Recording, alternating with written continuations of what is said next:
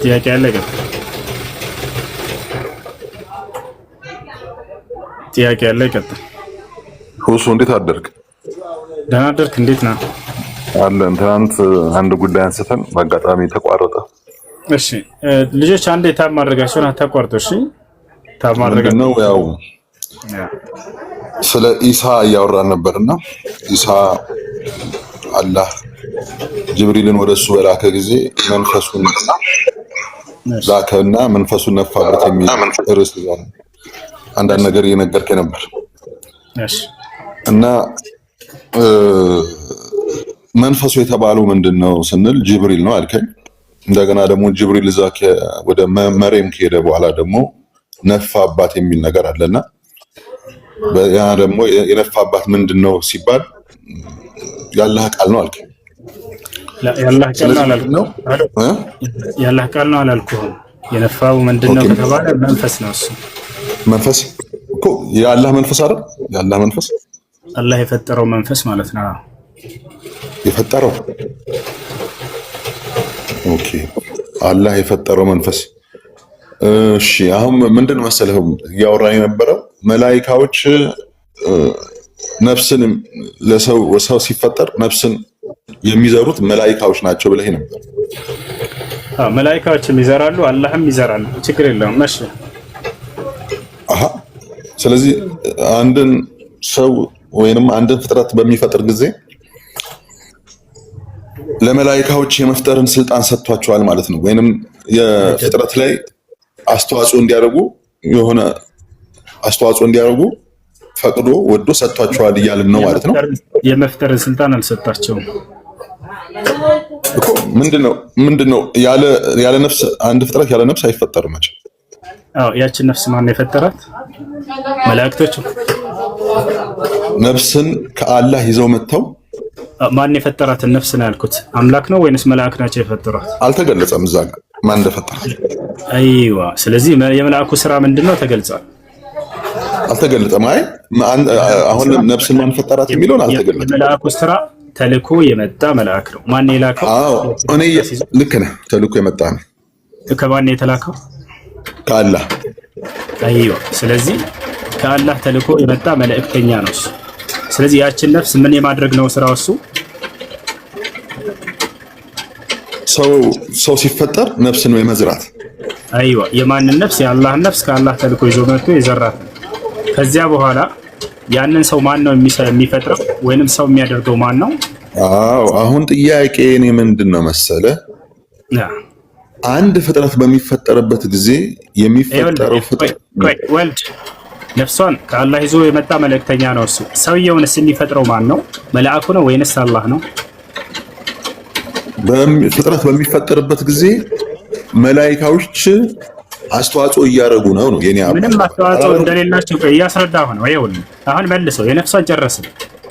መልእክተኛ ሆኖ ማድረስ እንጂ ያንን ሌላ ምንም ስራ የላቸውም። መልእክተኛ ማድረሱ ሰውየውንስ የሚፈጥረው ማን ነው? ፍጥረትን በመፍጠር ውስጥ ምንም አስተዋጽኦ የላቸውም። አንድ ያዳምጥ። መልእክት ሆኖ መካከል ላይ የማድረስ ስራ ብቻ ነው አስተዋጽኦቸው። ያንንም አላህ ሲያዛቸው ነው። ከራሳቸው ቢሆን ኖሮ ችግር የለውም። እሱ አስተዋጽኦ አይባልም ነው። አይዋ አሁን የመፍጠር አስተዋጽኦ እንደሌላቸው እያስረዳሁ ነው። ወደ ነፍሷ ስንመጣ ጊዜ ከአምላክ ተልከው የማድረስ ስራ ብቻ ነው ያላቸው። ማን ነው የሚፈጥራት? አላህ። እሺ ሰውየውንስ የመፍጠር ስራ አላቸው እነርሱ ወይንስ የላቸውም? አስተዋጽኦ አረጉ እያልኩ እኮ ነው። የመፍጠሩ ስራ ውስጥ አስተዋጽኦ የሚለውን አንዴ እናየዋለን። አሁን ፍጥረት ላይ ምንም እንደሌላቸው እንረዳ ብለን ነው። ሰውየውን የሚፈጥረው ማን ነው?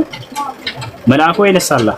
ሁሱ ወንድሜ ምን መሰለ፣ ፍጥረት ላይ ምንም አስተዋጽኦ የላቸውም ከተባለ በደንብ ተረድተሃል። አሁን የነፍሷን ጨረስን። ሰውየውን የሚፈጥረው ማን ነው? ነፍስን ጨረስን። ስጋውን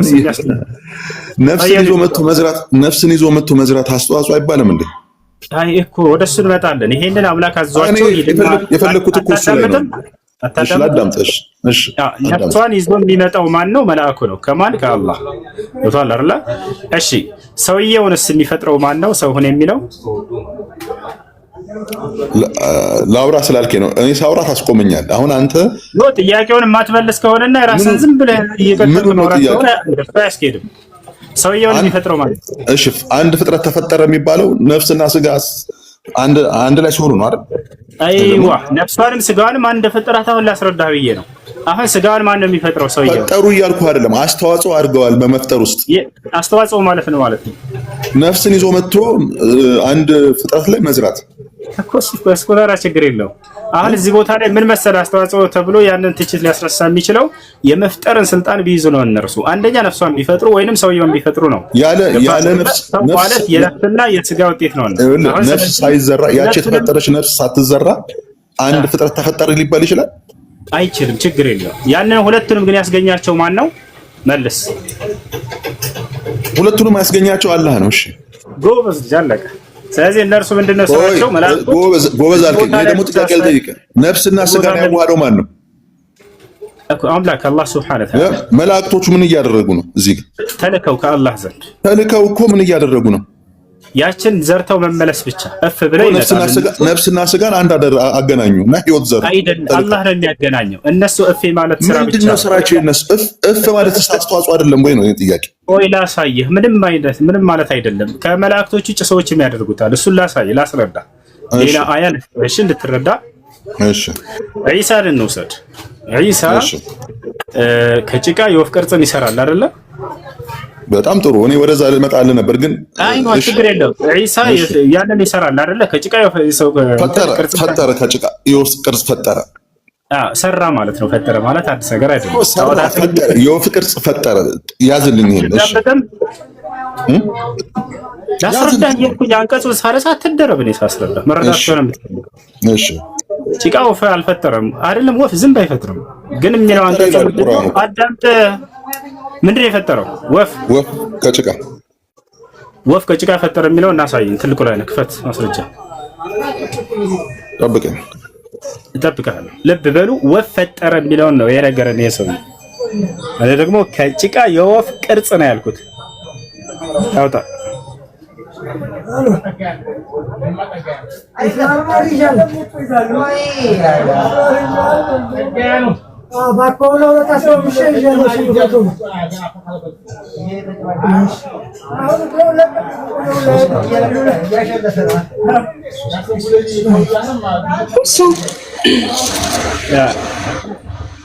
مرات أحس إنه ما عندهم لا عقل ولا القلب.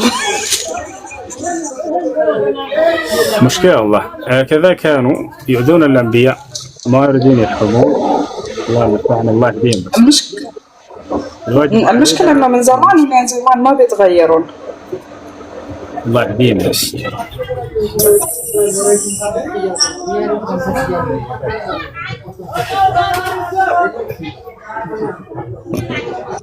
እሺ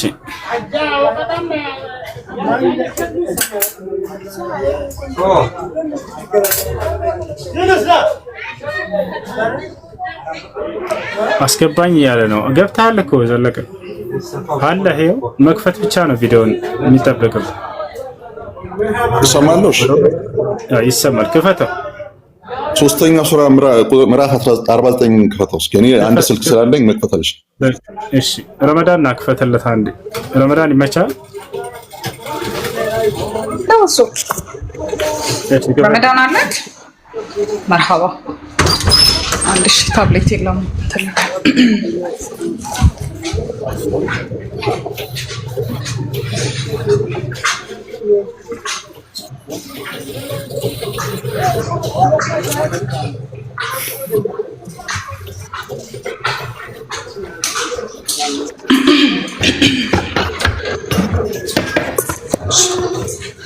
ምዕራፍ ስንት ቁጥር ሰጥታልከን ወገናችን? ሶስተኛው ምዕራፍ ቁጥር ሶስተኛው ሱራ ምዕራፍ 49 ታብሌት ቻርጅ ዘግቷል። ረመዳን አንዴ ክፈትለት። እሺ ታብሌት ቻርጅ ዘጋ።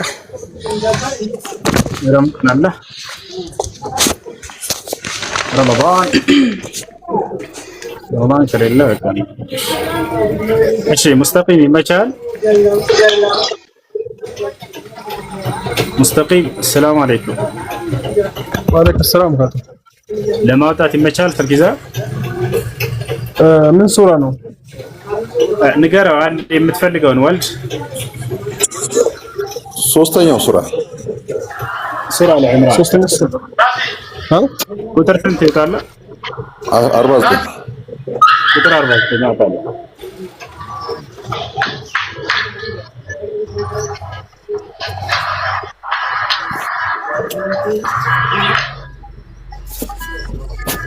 የአማርኛ ነው እሱ አማርኛው ያው አማርኛ ነበር።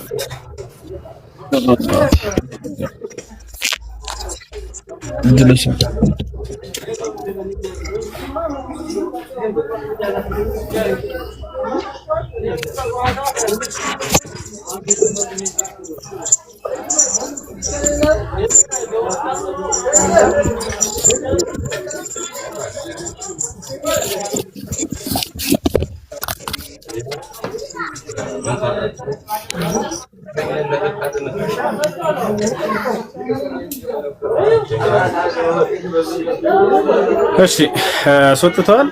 እስኪ እንትናን አስቀምጥ ረመዳን አሎ አንተ አይደለም። እሺ እሺ ረመዳን እናስገቡ ልጆች። ረመዳን ማክፈት ይችላል።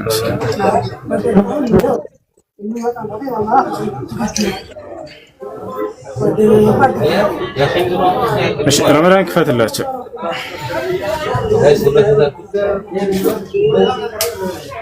እሱ በትልቁ አድርገኝ ከፍቼለታለሁ። ፈለገው ረመዳን ተመቸው። ኦኬ ቁጥር ስንት ነው ያልከው? 49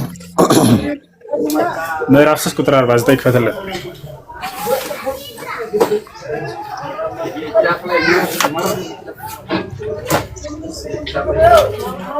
ኦኬ አንብበው። አይሽ አሁን አንብብ። እሺ አንድ እንትን ከፍ አድርግ። ደብዝዟ ላይ አይታይም ካሜራሽ መሰለኝ። አንብበው። እሺ ለእኔ ለእናንተ ከጭቃ ወፍን ቅርጽ እፈጥራለሁ፣ በእርሱም ተነፍስበታለሁ፣ በአላህም ፍቃድ ወፍ ሆኖ ወፍ ይሆናል ይላል። ምን አለ? ወፍን ይፈጥራል ነበር ያልከው። ወፍን ይፈጥራል ነበር ያልከው። ወፍን ይፈጥራል የሚል ቃል አለ ወንስ የወፍ ቅርጽ ነው የሚለው? ይላል የወፍን ቅርጽ እፈጥራለሁ። ወፍን ይፈጥራል ይላል። አይዋ ስለዚህ አንተ የወፍን ቅርጽ እፈጥራለሁ። አትደራረብ።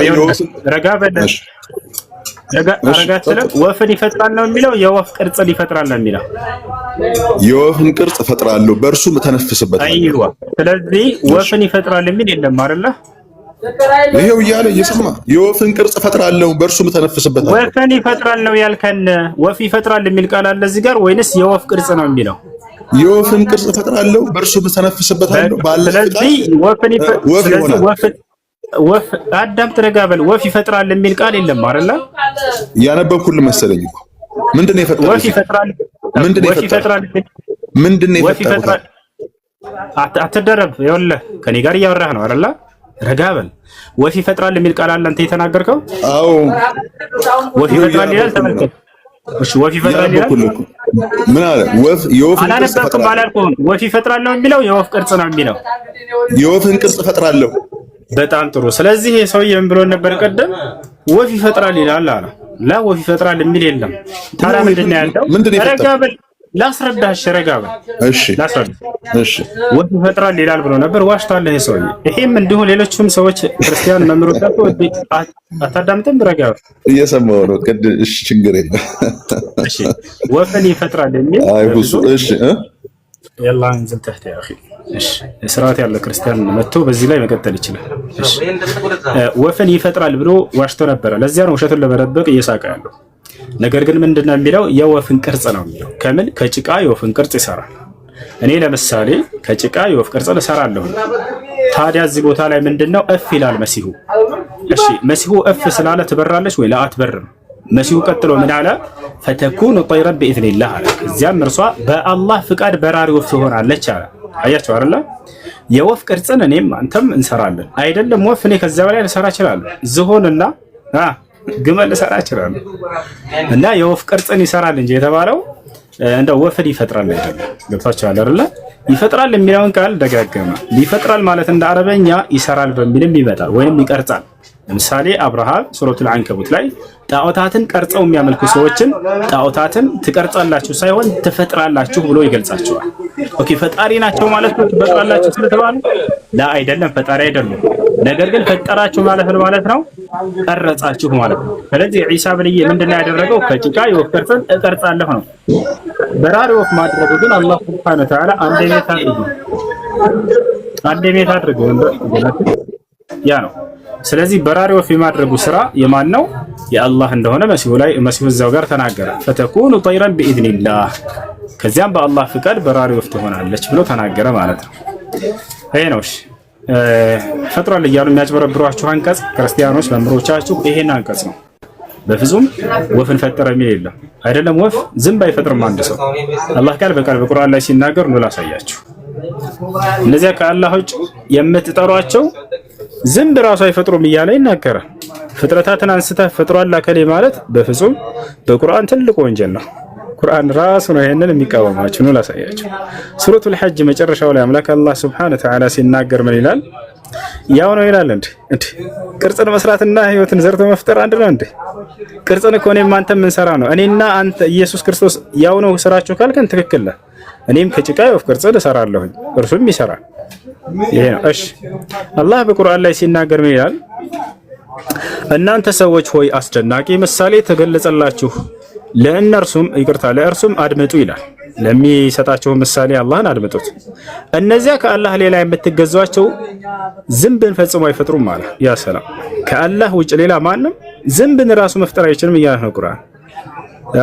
እርሱን ለመፍጠር ቢሰበሰቡም እንኳን አይችሉም ማለት አይደለም። አንድ ሰው የዓለም ሰው ቢሰበሰብ ፍጥረታትን ማስገኘት አይችልም፣ ነፍስ መስጠት አይችልም። አንዳችንም ነገር ዝንቡ ቢነጥቃቸው ከእርሱ ሊያስጥሉት እንኳን አይችሉም ማለት። ዝንብ ነጥቆህ ቢሄድ እየበላህ ያለውን ምግብ በፍጹም ያንን ሊነጥቅህ ራሱ አይችልም ማለት ነው።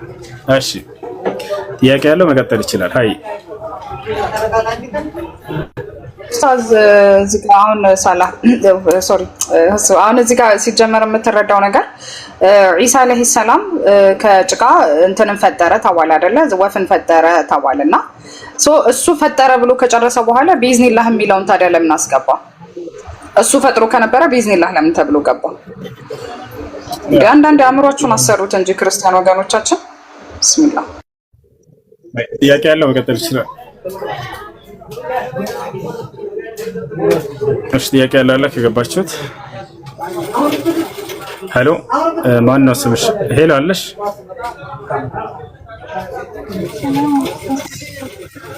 ወአለይኩም ሰላም ወራህመቱላህ።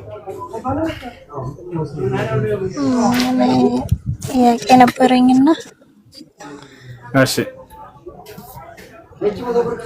መጀመሪያ የሰለምኩት ለወንድ ብዬ ነበር። እውነት ለመናገር ሰላምንበት ነበረ።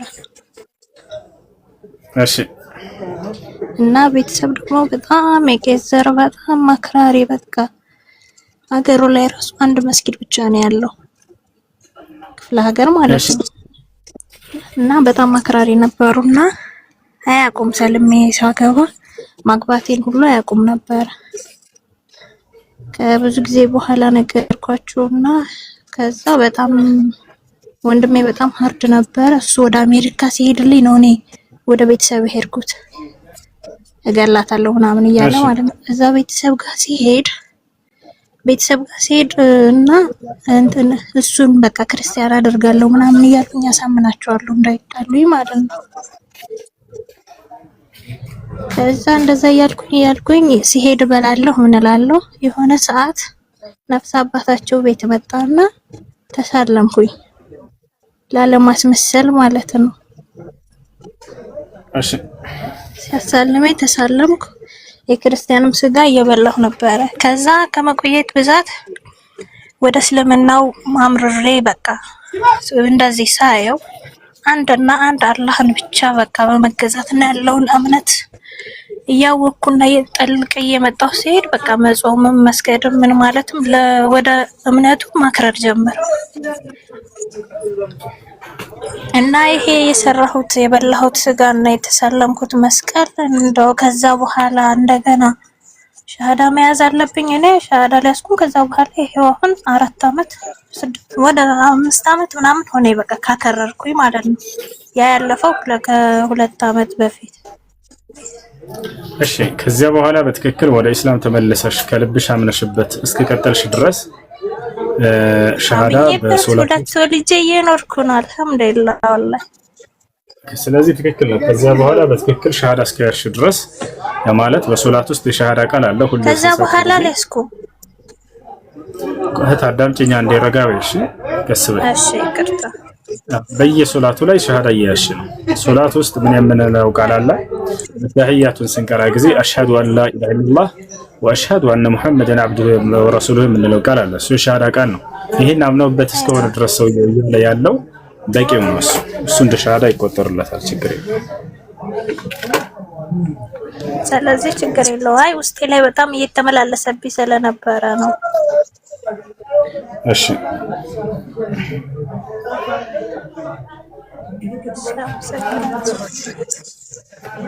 ጀዛኩም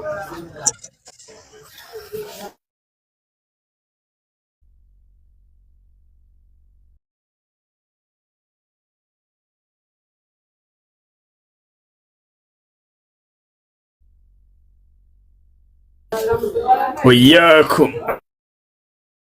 እሺ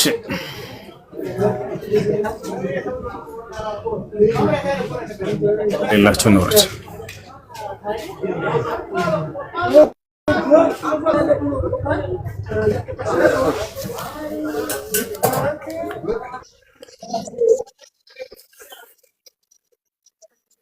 ሰላም ነው። እንዴት ነሽ? ደህና ነሽ?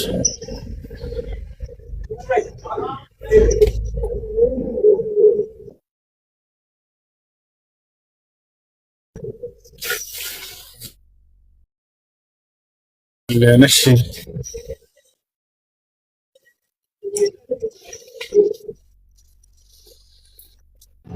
ችግር የለም አብሽር።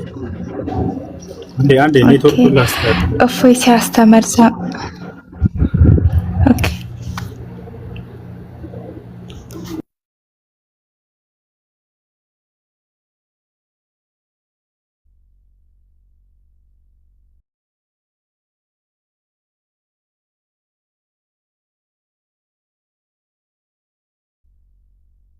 ይሰማል አሁን አይደለ? አይ ጥያቄሽ ምንድን ነው? አንድ የክርስቲያን መምህር ሲያስተምር ሰምቼ ነውና ሙስሊሞች ከገነት ከገቡ 75 ያገባሉ እና እሱን የእውነት ነው ግን እንትን ማስረጃ የለም። ለማብሽር እኔ ያሳይሻለሁ ከየት እንደሚያመጡት።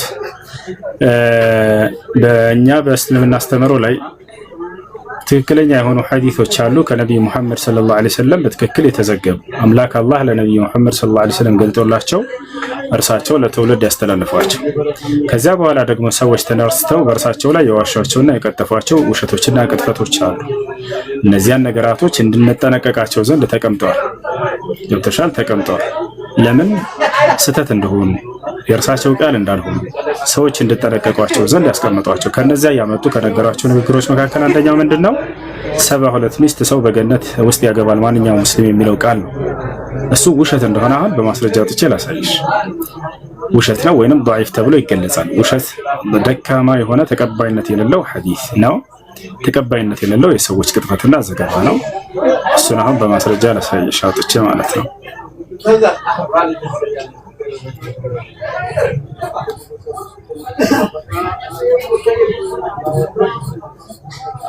ሱነን ኢብኑ ማጃህ 4337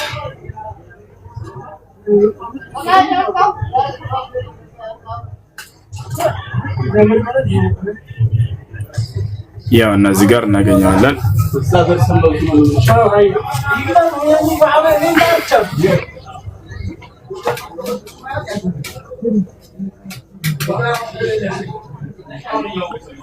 አርባ ሶስት 37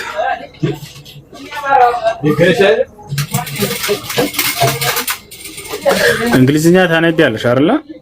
ወይንስ ወደ አማርኛ ልቀይረው?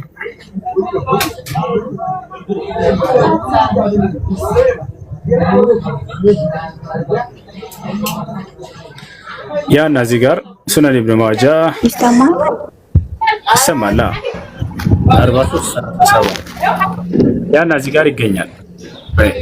ወደ ያና እንግሊዘኛ እዚህ ጋር 72 ሚስት እንደሚያገቡ ይናገራል። እዚህ ጋር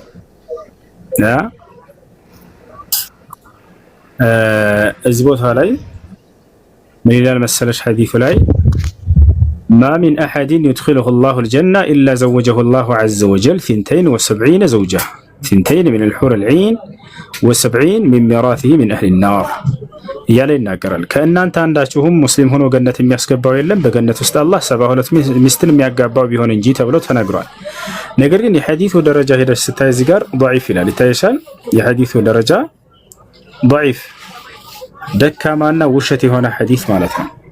ስለዚህ እንዲህ አይነት ውሸቶች የሆኑ በኢስላም ላይ በነብዩ ሰለላሁ ዐለይሂ ወሰለም ላይ የተዋሹና የተቀጠፉ ዘገባዎችን እያመጡ ነው የምነግራችሁ እንጂ ትክክለኛ የሆነ ሐዲስ አይደለም። ስለዚህ 72 ያገባሉ የሚለው ውሸት ነው። ይሄ ልገባሽ። በጣም ቴንኪው። አንድ ልጨምር ሌላ። በጣም አመሰግናለሁ። ይቻላል።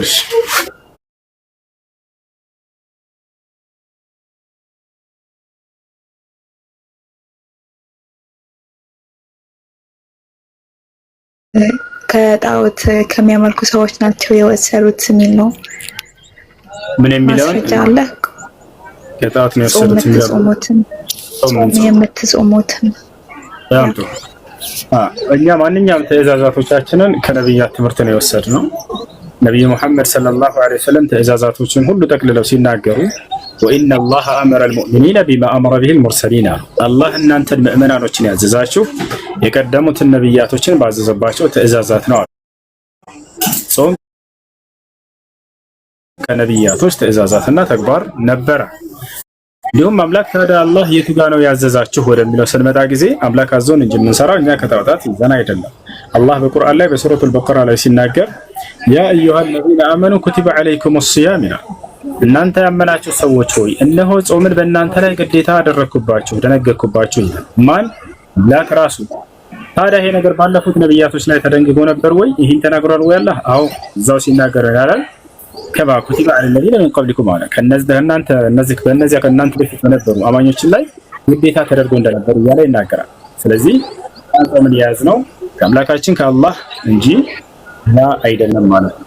ያ ማለት ግን በዘመናቸው የነበሩ ካህዲያን ሊጾሙ ነበር። ያ ማለት ከነርሱ ይዘዋል ማለት አይደለም። አሁን እዚህ ማንኛውም እምነት ባለቤት ሊጾም ይችላል በየትኛውም ጊዜ። ያ ነብይ ትእዛዛትን ተቀብሎ የሚፈጽመው ከነዚህ ህዝቦች ሳይሆን ከአምላኩ ነው። አምላካችሁ እንዳያዛችሁ ማስረጃ አላችሁ ወይ? አዎ በቁርአንም በሐዲስም ላይ የአምላክ ትእዛዝ እንደሆነ ጾም ታዘናል። እርሱ እንዳውም ይሄ ነገር ከማለት እንዳለው ገልጸዋል። ነብዩ ሰለላሁ ዐለይሂ ወሰለም ከቀደሙት ነብያት ጋር እያሉ ይገልጻሉ። እሺ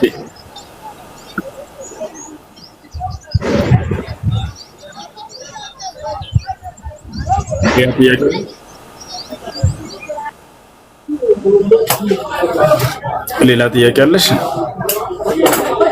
ኦኬ ሌላኛው ደግሞ ምንድነው ማለት ግን ትንሽ ያሁኑ ማስረጃ አለ ማለት ጾመን ስል ለምን እንደምትጾሙ ፈጣሪ እንዳዘዛችሁ ችግር የለውም ላጣልሽና እሱንም ላሳይሽ። አምላክ አላህ ራሱ የደነገገበት ድንጋጌ ነው። እሱንም ላሳይሽ።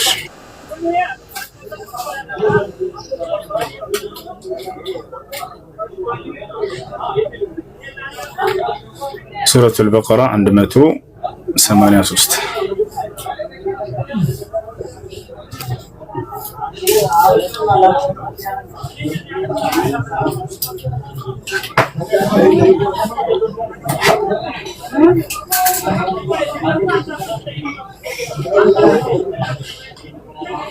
ያ እና አምላክ አላህ ሱብሓነሁ ወተዓላ እዚህ ቦታ ላይ የረመዳንን ወር እንድንጾም እንዳንጾምን ሁሉ የደነገገብን ራሱ እንደሆነ ሲነግረን እናንተ ያመናችሁ ሆይ ጾም በእነዚያ ከእናንተ በፊት በነበሩ ህዝቦች ላይ እንደተጻፈ በእናንተ ላይ ተጻፈ ወይም ተደነባ ተደነገገ ማለት ነው። ልትጠነቀቁ ይከጀላልና ይላል። ልትጠነቀቁ ይከጀላል ማለት አምላካችሁን አላህን እኔን እንድትፈሩ ይዳርጋችኋል። እነርሱ ሰው ሲጾም ጊዜ ለድሃዎች ያዝናል፣ ከኃጢአት ይርቃል። እነዚህ ነገራቶች ሁሉ ትርፎቹ ናቸው በመጾማችሁ ምክንያት። ከዚህ አላህ ሱብሓነሁ ወተዓላ የተቆጠሩ ቀኖችን ጾሙ አለ። ያ ማለት ጥቂት ቀናቶች ናቸው፣ ብዙ አይደሉም ነው። እሱም ማን እንደሆነ ተናገረ። ቀጥሎ የረመዳን ወር እያለ ይናገራል። እንድትጾሙ የተጻፈባችሁ ያ በእርሱ ውስጥ ለሰዎች መሪ ከቅን መንገድና እውነትን ከውሸት ከሚለዩም ገላጮች አንቀጾች ሲሆን ቁርአን የተወረደበት የረመዳን ወር ነው እያለ ይናገራል አምላክ አላህ ሱብሓነሁ ወተዓላ። ስለዚህ ጾምን የደነገገው ራሱ ነው። እንዲሁም ደግሞ ለቀደሙትም አማኞችና ነብያቶች ሁሉ ደንግጎት የነበረው ራሱ እንደሆነ ይናገራል በዚህ ቦታ ላይ ማለት ነው። ስለዚህ አላህ ስላዘዘን እንጂ እኛ ከራሳችን አይደለም። ነብዩ ሰለላሁ ዐለይሂ ወሰለም ልክ እንዲሁ የረመዳን ወር ጾሙ እያሉ ያዙኛል። ከእስልምና መሰረቶች መካከል አንደኛው መሰረት ምንድነው? የረመዳንን ወር መጾም የሚል ነው። እሱንም ራሳቸው እንዳዘዙ ትእዛዛቱን ማስረጃ አውጥቼ ላሳይሽ። ተኽሪጅ ሐዲስ ቡንየ ልእስላሙ ዐላ ኸምስ የእስልምና ዋና ዋና መሰረቶች ብለው ነብዩ ሰለላሁ ዐለይሂ ወሰለም ሲያስተምሩ እዚህ ጋር ወደ አማርኛ እንቀይርላችሁ። ምን አሉ ነብያችን ሰለላሁ ዐለይሂ ወሰለም ሐዲስ ላይ እስልምና የተገነባው በአምስት ምሰሶዎች ላይ ነው።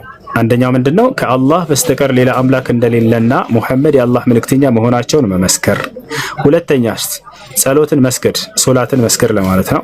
ሶስተኛ ዘካን መስጠት። አራተኛ ረመዳንን መጾም እና ወደ ቤቱ ወይም ወደ ካዕባ ሐጅ ማድረግ ለሚችሉ ሰዎች ነው እርሱ እያለ ይናገራል። ስለዚህ እኛ የረመዳንን ወር የያዝነው አምላክና ነብያት ባዘዙን ትእዛዛት እንጂ ከካህዲያኖች አይደለም በፍጹም። ይህ ነው።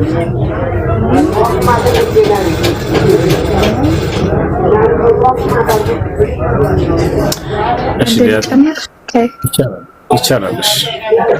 ኦኬ፣ ምን ላይ ቆማችሁ ነው መጽሐፍ ቅዱስ ተበርዟል የምትሉት እናንተ? ማስረጃ አላችሁ? አዎ፣ አንደኛ የቀደሙት የነብያት መጽሐፍቶች ጠፍተዋል፣ የሉም። ይህንን በምን ቋንቋ ነው የተጻፉት? አዲስ ኪዳን ብለን ብናይ በግሪክ ነው፣ እንደው የመጨረሻው በግሪክ ነው። ነገር ግን እነዚያ ክርስቶስና ለምሳሌ ያ መጽሐፍ በእናንተ እጅ የለም ማለት ተበርዟል ማለት ነው። ከቁርአን አንፃር ላስረዳሽ እንዴት ተበርዟል እንዳለ፣ ወይንስ እኔ ከራሳችሁ ባንቺ በዛ በመጽሐፉ ላይ ሄጄ ላስረዳሽ ነበር? እሺ፣ ወደ ቁርአን ስንመጣ ጊዜ አምላክ አላህ Subhanahu Wa Ta'ala በሙሴና በክርስቶስ ላይ እንዲሁም ደግሞ በዳዊት ላይ በሌሎች ነብያቶች ላይ መጽሐፎችን አውርዶ እንደነበረ ይናገራል። እነዚያን ግን ከነዚያ ነብያቶች በኋላ ኃላፊነታቸውን ለሊቃውንቶቻቸው ሰጥቷቸው ነበር፣ ለትውልዶቻቸው ጠብቁ ብሎ። እነዚያ ሰዎች ሰው ነውና ሰው ጥፋት ላይ ይወድቃል። እነዛ ብርጃቸውን ተጠቅመው እነዛ ሰዎች በረዟቸው፣ ኃላፊነታቸውን አልጠበቁም፣ በርዘውታል ቃሌን እያለ አላህ Subhanahu Wa Ta'ala ይናገራል። يحرفون الكلمة عن مواضعه ይላል። ቃሌንም ከቦታው ይለውጡት ነበር እያለ ይናገራል። ለዚያም ነው ቀጣይ ነብያትንና መጽሐፍትን መላክ ያስፈልገበት።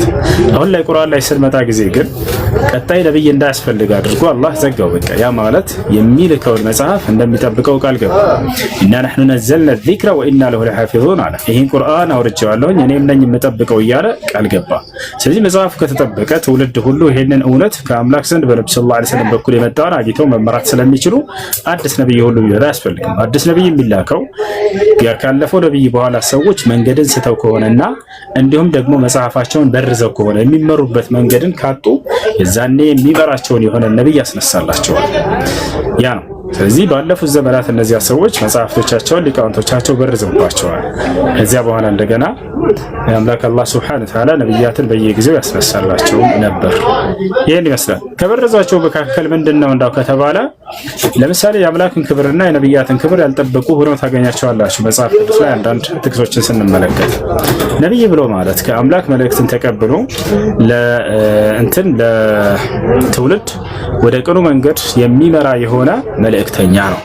ነገር ግን ነብይ ሆኖ ጣዖትን ሰርቶ ለህዝቦቹ አምልኩ ቢል ይሄ ነገር የነብይን ክብር የጠበቀ ነው ብለሽ ታምኛለሽ? ሄሎ ነብይ ነው። ነብይ የሚላከው አንዱን አምላክ አምልኩ ብሎ ሊያስተምር ነው። ግን ጣዖትን ስራልና አሉት፣ እሺ ብሎ ተስማማና ሰራ ጣዖቱን። ከዚያም ይሄ ነው አምላካችሁ ብሎ እንኳን አምልኩ ብሎ ቢሰጣቸው ይሄ ነብይ ስራ ነው ብለሽ ታስቢያለሽ? ኖ እሱ ለምን እንደሆነ ንገራታ፣ ታሪኩን እነግራታለሁ። ይሄንን ግን ነብይ ያደርገዋል? ምን አልክ? ነብይ ሆኖ ጣዖትን ሰርቶ ይሄ ነው አምላካችሁ ብሎ ቢሰጣቸውና ቢያስመልካቸው ይሄ ነገር ትክክል ነው? ያው ሰዎች እኮ ናቸው፣ ፈጣሪ አይደሉም። ሰው ሆኖ ችግር የለውም ኃጢአትን ያደርጋል ቢል ልንስማማ እንችላለን እርሱ ላይ እና እንደኛ አስተምሮ እንደስልምና ከኃጢአት ጠብቅናቸው ነብያቶች የሚለውን ብናምንም ማለት ነው። ነገር ግን ኃጢአትን ሊያደርጉ ይችላሉ። እሺ ክህደትን እያልኩ ነው። ይሄ ነው አምላካችሁ ብሎ አንዱን አምላክ አስክዶ ጣዖታትን ይሄ ነው አምላክ ብሎ ተስማምቶ ቢሰጣቸው ለእነርሱም ፍላጎታቸውን እንዳውም ይሄን አድርግልን ጣዖት ስራለን ብለው እሺ ብሎ ሰርቶ ቢሰጣቸው ምን ነው? ወይንስ አይቻልም አንዱን አምላክ በማምለክ ጽኑ ብሎ ነው ሊገስጻቸውና ሊያስተምራቸው የሚገባው?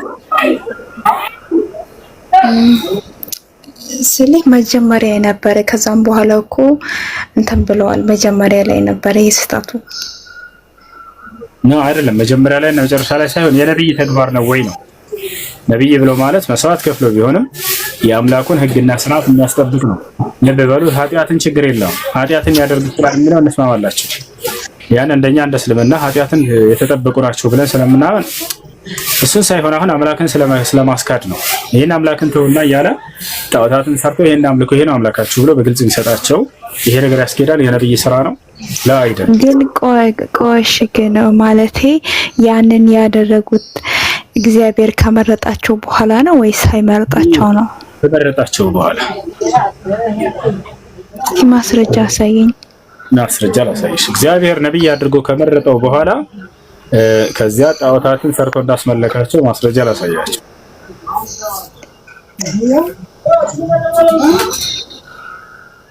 ያውና ኦሪት ዘጸአት ምዕራፍ 7 ላይ አንድ ነብይ እናገኛለን። ማን የሚባል? ሃሩን የሚባል ነብይ።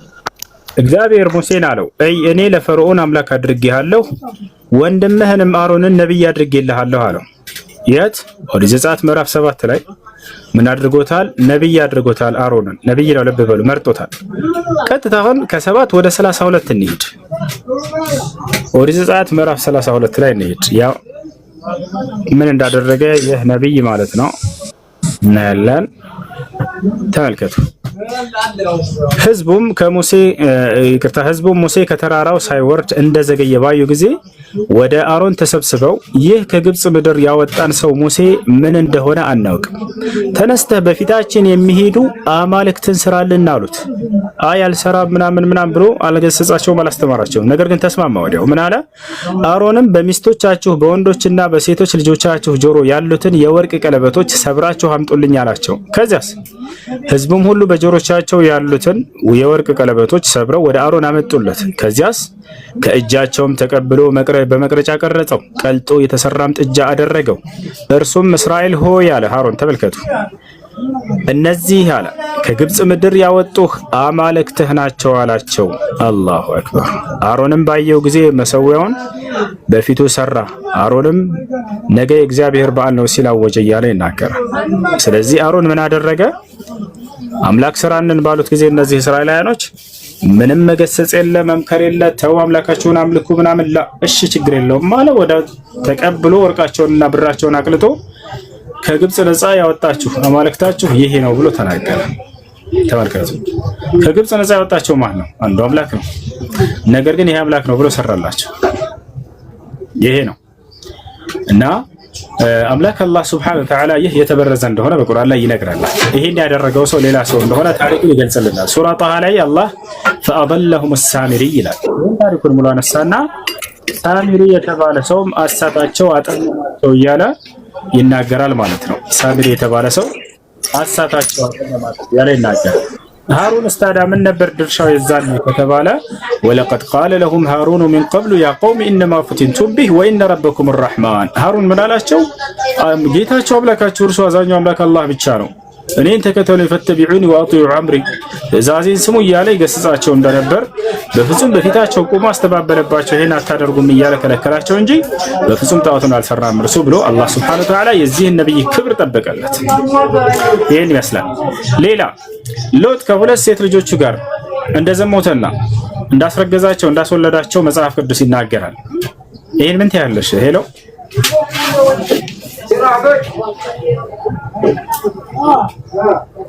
ሌላ ልጨምርልሽ። ያዕቆብ አጭበርባሪ እንደሆነ መጽሐፍ ቅዱስ ይገልጻል። እንዴት ከተባለ የያዕቆብ አባት ኤሳው ነበር። ማን ነው? ይቅርታ ኢስሐቅ ነው አባቱ። አባታቸው ነው። ከአባታቸው ጋር ዝሙት አድርገው የሎጥ ልጆች አርግዘዋል፣ ወልደዋል። ይሄ ብቻ አይደለም። ልክ እንዲሁ ምናልሽኝ ከተመረጠ በኋላ ከተመረጠ በኋላ ነው አውቄ አይደለም ወላሂ ላሳይሽ። ከተመረጠ በኋላ ያ እንዳውም የሰዶም ጋሞራ አለ አይደለ? ያ ከተከሰተ በኋላ ያ ካለቀ በኋላ ከዛን ጊዜ በፊት ነው የመረጠው እንግዲህ እግዚአብሔር። ከዛ ልጆቹ ጋር ሄዶ ወደሆነ ተራራ ሸሸና እዛው እነርሱ ጋር ተገናኘ። ከዛ በኋላ አስረገዛቸው፣ አስወለዳቸው። አባት ልጆቹን ሲያስረግዝ አስባችሁታል? አባት ሴት ልጆቹን ሲያስረግዝ ያና ማስረጃ እዚህ ጋር ተመልከች። እሺ ምን ይላል? አንዴ ወደ ላይ ዝቅ አድርገው ከ30 ጀምሮ ሎጥም ከዘዋር ወጣ ይላል። በዘዋር ይቀመጥ ዘንድ ስለፈራም ከሁለቱ ሴት ልጆቹ ጋር በተራራ ተቀመጠ። ማለት ሰዶሙ ተከስቶ አደጋው እንትን ካለ ገብርኤል መጥቶ መልአኩ ጅብሪል መጥቶ ከቀሰፋቸው በኋላ ግብረ ሰዶም አይረሽም ማለት ነው። ይዞ ሄዶ ወደ ተራራ ተቀመጠ። በዋሻም ከሁለቱ ሴት ልጆቹ ጋር ተቀመጠ።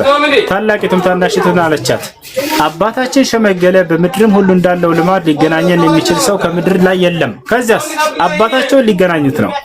ዝቅ አድርገው ነይ አባታችንንም የወይን ጠጅ እናጠጣውና ከእርሱ ጋር እንተኛ፣ ከአባታችንም ዘር እናስቀራሉት። ሊያጠጡት ነው። ተመልከቱ፣ ነቢያቶች አስካሪ መጠጥ ሊጠጡ ነው። ከዚህም በፊት ኖህም እንደሚጠጣ ቃል በቃል መጽሐፍ ቅዱስ ላይ ይናገራል። እሱንም አሳያቸዋለሁ። ነቢያቶች እየሰከሩ ሁሉን የሚወድቁ ነበሩ፣ እርቃናቸውን ይላል። ወነዑዙ ቢላህ በአላህ እንጠበቅ። ይሄ ነው ተበረዟል የምንላቸው። ሎጥ ከሴት ልጆቹ ጋር ወሲብ ሊያደርግ ነው። በዚያችም ሌሊት አባታቸውን የወይን ጠጅ ያጠጡት አለ፣ አሰከሩት። ታላቂቱም ገባች፣ ከአባቷም ጋር ተኛች። እርሱም ስተኛትና ስትነሳ አላወቀም። ምክንያቱም ሰክሯልና። በነጋውም ይላል በሚቀጥለው ቀን ማለት ነው። ታላቂቱ ታናሺቱን አለቻት፣ እነሆ ትላንት ከአባቴ ጋር ተኛሁ፣ ዛሬ ሌሊት ደግሞ የወይን ጠጅ እናጠጣውና አንቺ ግቢና ከእርሱ ጋር ተኚ፣ ከአባታችንም ዘር እናስቀር። ትንሽ ከፍ አድርገው። አባታቸውንም በዚያች ሌሊት ደግሞ የወይን ጠጅ አጠጡት ለሁለተኛ ጊዜ። ከዚያስ ታናሽቱም ገብታ ከእርሱ ጋር ተኛች። እርሱም ስትተኛ ስትነሳ አላወቀም፣ ምክንያቱም ሰክሯል። የሎጥም ሁለቱ ሴት ልጆች ከአባታቸው ጸነሱ። አላሁ አክበር። ታላቂቱም ወንድ ልጅ ወለደች፣ ስሙንም ሞአብ ብላ ጠራቸው። እርሱም እስከዛሬ የሞአባውያን አባት ነው። ታናሽቱም ደግሞ ወንድ ልጅ ወለደች፣ ስሙንም የወገኔ ልጅ ስትል አሞን ብላ ጠራቸው። እርሱም እስከዛሬ የአሞናውያን አባት ነው። አባት ከሴት ልጆቹ ጋር አስካሪ መጠጥ ጠጥቶ ሲገናኝ አስቡት። ሌላ ጨምርላችሁ። የኦሪዮን ታውቂያለሽ አይደለ? እሱን አለንሳው ሄዱ ካለሽ ዳዊት የኦሪዮን ሚስት ሰርቆ የደፈረበትን ነብይ ነው። አስቡ። ዳዊት ነብይ ሆኖ አምላክ ከመረጠው በኋላ ነው። እሱንም ላሳይሽ። የወታደሩን ሚስት ሰርቆ ደፈረበት። ጭራሽ ያንንም ወታደሩንም ሁሉ አስገደለው። እሱን ታውቂያለሽ አይደል? ሚስቴን እያለ መጥቶ በሩ ላይ ሲክለሰለስ በቃ እሱን ጦር ሰራዊት አዘጋጅቶ አስገደለበት። ከዚያ በኋላ ምን አደረገ? እግዚአብሔር እኮ ቀጥቶታል ለዚያ ስራው ይሉሻል አይደል? ሰምተሻል? እሱ ተመልከቱ እንዴት እንደሆነ ታሪኩን አንዴ እናንብብላችሁ። ኦሪዮን ዳዊትን ታቦት እሺ ወደ አሁኑ ሳንሄድ ግን የአሁኑ ግን ያነበብከው መጽሐፍ ቅዱስ ላይ የለም እንደዚህ ምን ነገር አለ? ምዕራፍና ቁጥሩ ንገራት አንድ ጊዜ እሑድ ኦሪት ዘፍጥረት ይሆን አይችልም። ቁጥር 30 አካባቢ አለ። ምዕራፍና ቁጥሩ ንገራት።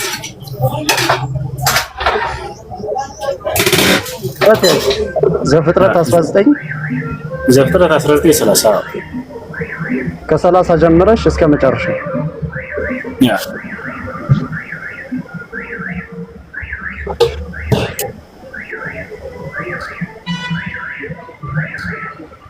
እሺ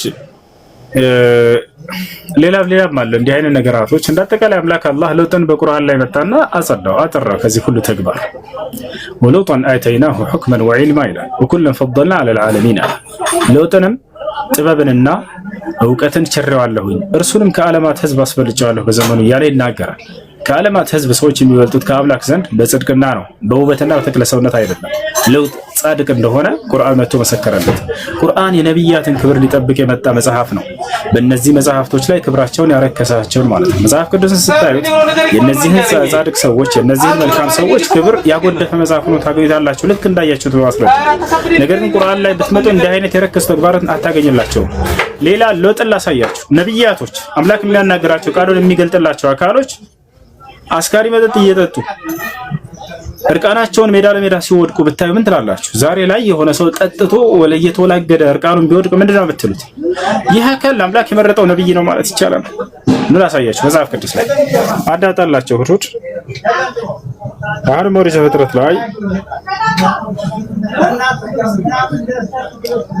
ኦሪት ዘፍጥረት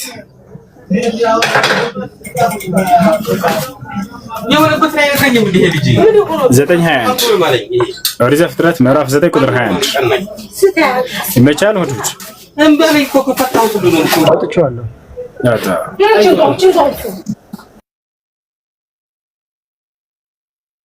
ሁሱ ልናገር ቆይ ትናገራለህ እንዴ? ምን ይላል? ኖህም ይላል ላይ ተመልከቱት። ገበሬ መሆን ጀመረ፣ ወይንም ተከለ። ከዚያ ከፍ አድርገው ወይን ጠጅንም ጠጣና ሰከረ። ተመልከቱ፣ ኖህ ሰካራም ነበር እንደ መጽሐፍ ቅዱስ ሰከረ፣ በድንኳንም ውስጥ ራቁቱን ሆነ ይላል። ተመልከቱ፣ ጠጥቶ እርቃኑን ሁሉ የሚወድቅ ነበር። ወድቆ መጥቶ ልጆቹ አዩት። የከነዓን አባት ካምም የአባቱን ራቁትነቱን አየ። ወደ ውጭም ወጥቶ ለሁለት ወንድሞች ነገራቸው። አላህ ይመስገን። ይሄን ይመስላል። አየሽ፣ ቀጥሉ። ግን የቅድሙን ሃርድ ኮፒውን ታሳየኛለህ? እሺ፣ መጽሐፍ ይዛል። ማነህ ሁድሁድ? ሃርድ ኮፒ አልያዝኩም። ነገር ግን ጥቅሱን ይዘሽ እኮ ራስሽ ማረጋገጥ ትችያለሽ እኮ አይደል? ዘፍጥረት 19 ከቁጥር 30 እስከ 38 ያለው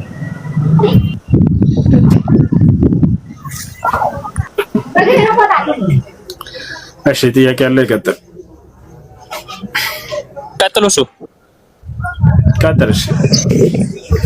እሺ፣ አሁን ላይ ቅድም ከተናገርከው መጀመሪያ እንትን ልበልና ነቢያቶች ኃጢአት አይሰሩም ብለህ ነው የምታምነው?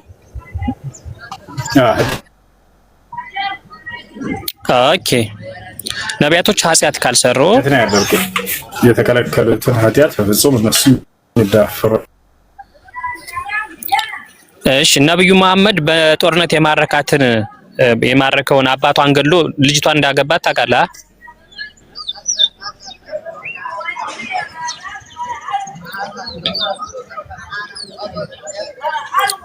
እሺ፣ ከኔ ነው ሁሱ ይሰማል?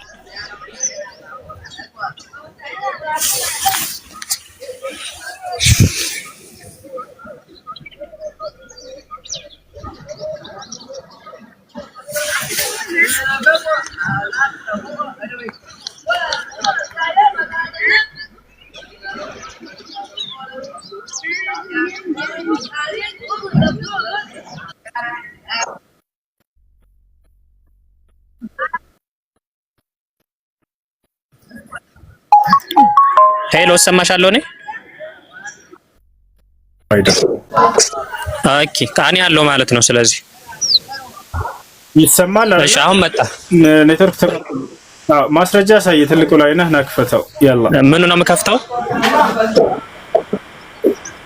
አሁን የተናገርከው። እሺ፣ አሁን ያስኩትን ላሳይሽ። ለማንኛውም እሺ፣ ሱናን አቢ ዳውድ 21 ላይ ክፈተው። ምን ይላል እሱ ጋር? አሁን የተናገርከው ክፈተውና ላሳይ። የዚህኛውን ቁጥሩን ስላልያዝኩት ነው። ቆይ አንዴ።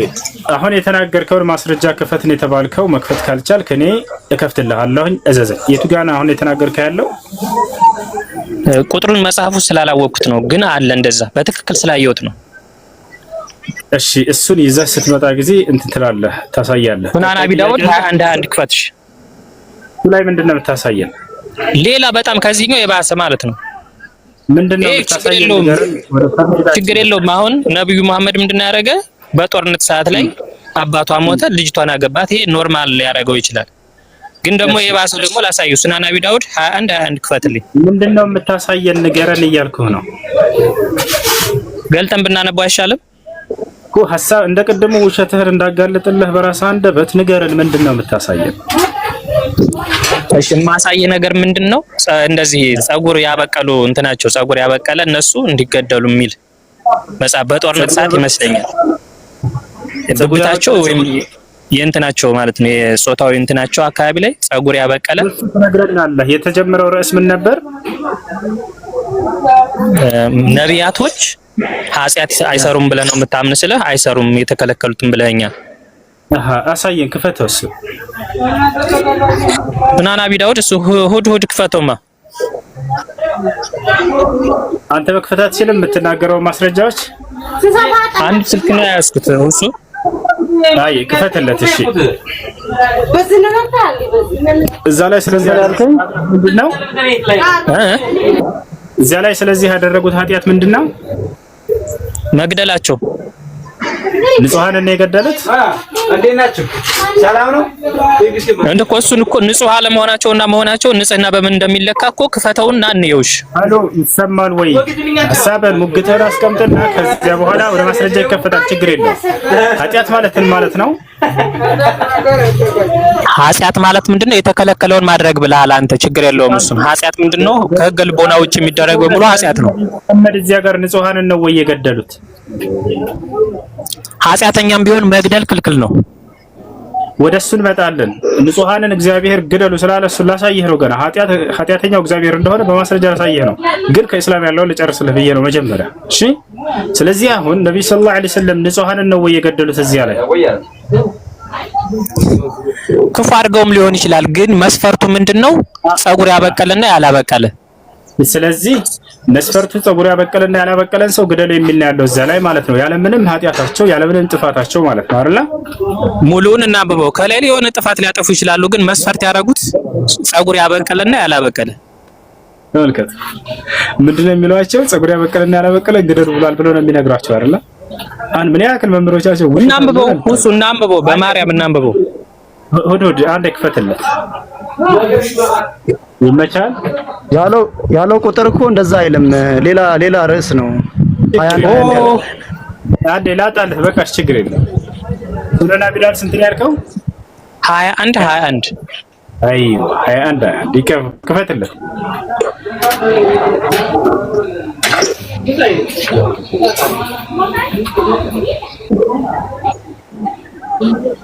እሺ ሱነን አቢ ዳውድ 21 ያውና ከፍቶልሃል። አሁን አስረዳን።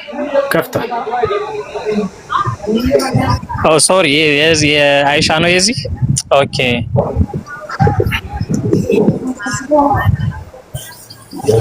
ያንኛው ስንት ነበረ? በእናት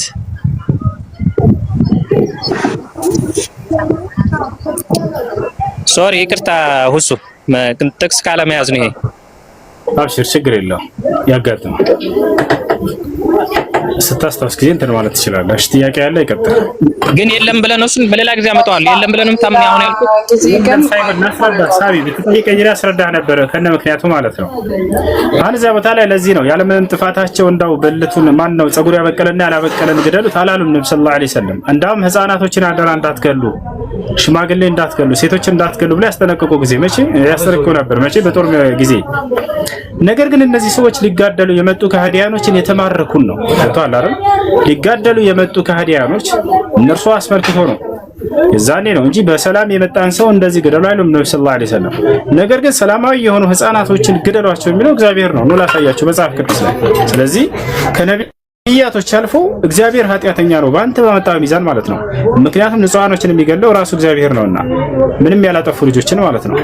ምን እንመልከት እዚህ ቦታ ላይ ላሳያቸው መጽሐፍ ቅዱስ ላይ ያክፍትላችሁ።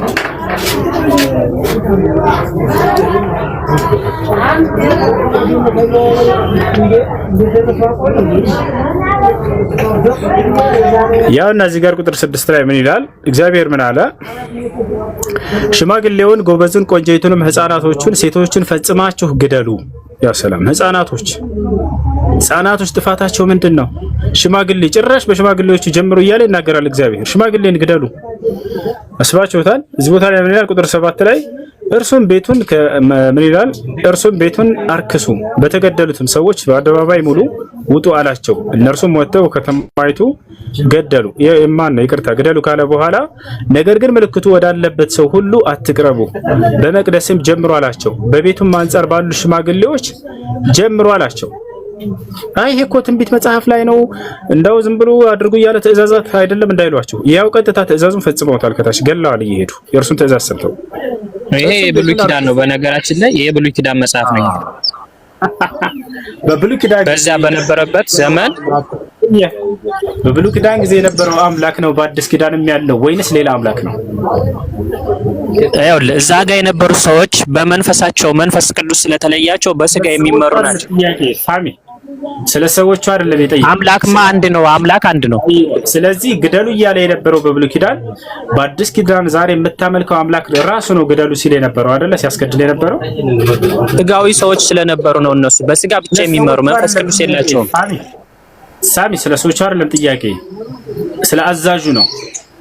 ስለ አዛዡ ግደሉ እያለ ያለው ዛሬ የምታመልከው የአዲስ ኪዳኑ አምላክ ነው ወይንስ ሌላ አምላክ ነበር? ይዛ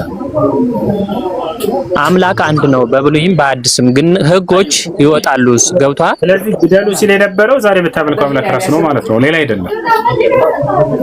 አሁን ህግ አውጥቶልሃል። በመንፈስ ቅዱስ የሚመራ ህዝብ እንደዛ አይደለም። አሁን አንድ እሺ እባክህ ወደ ምክንያቱ ትሄድልኛለህ ሰዎቹን ማለት ነው። ነገር ግን ወደዛ ከመሄዳችን በፊት ጥያቄው ምንድነው? ግደሉ እያለ ትእዛዛትን ሲያዝ የነበረው ሲያስጨፈጭፋቸው የነበረው ያው የዛሬ የምታመልከው አምላክ ነው ወይንስ ሌላ አምላክ ነው ነው ጥያቄው ራሱ። በነገራችን ላይ እግዚአብሔርም አለ የሚል አለ ከሱ ጋር እንደዚህ ብያለሁ ስላላነበብኩት አሳያለሁ። እግዚአብሔር ህፃናቶችን ግደሏቸው እያለ እሱ ነው ማሳያለሁ። ስለዚህ የብሉይ በአዲስ ኪዳን ግን እንደዚህ አይደለም የሚል እሱ ባጭር እንትን ክፈትለት የሉቃስ ወንጌል 22:36 ክፈትለት። ችግር የለም። እሺ አሁን ስለዚህ የዛኔ ሲያዝ የነበረው ራሱ እግዚአብሔር ነው። እግዚአብሔር አዘዘ የሚለውን ቃል በቃል አሳያለሁ። ስለዚህ እግዚአብሔር ሲያዝ ነበር ግደሉ እያለ አይደለ?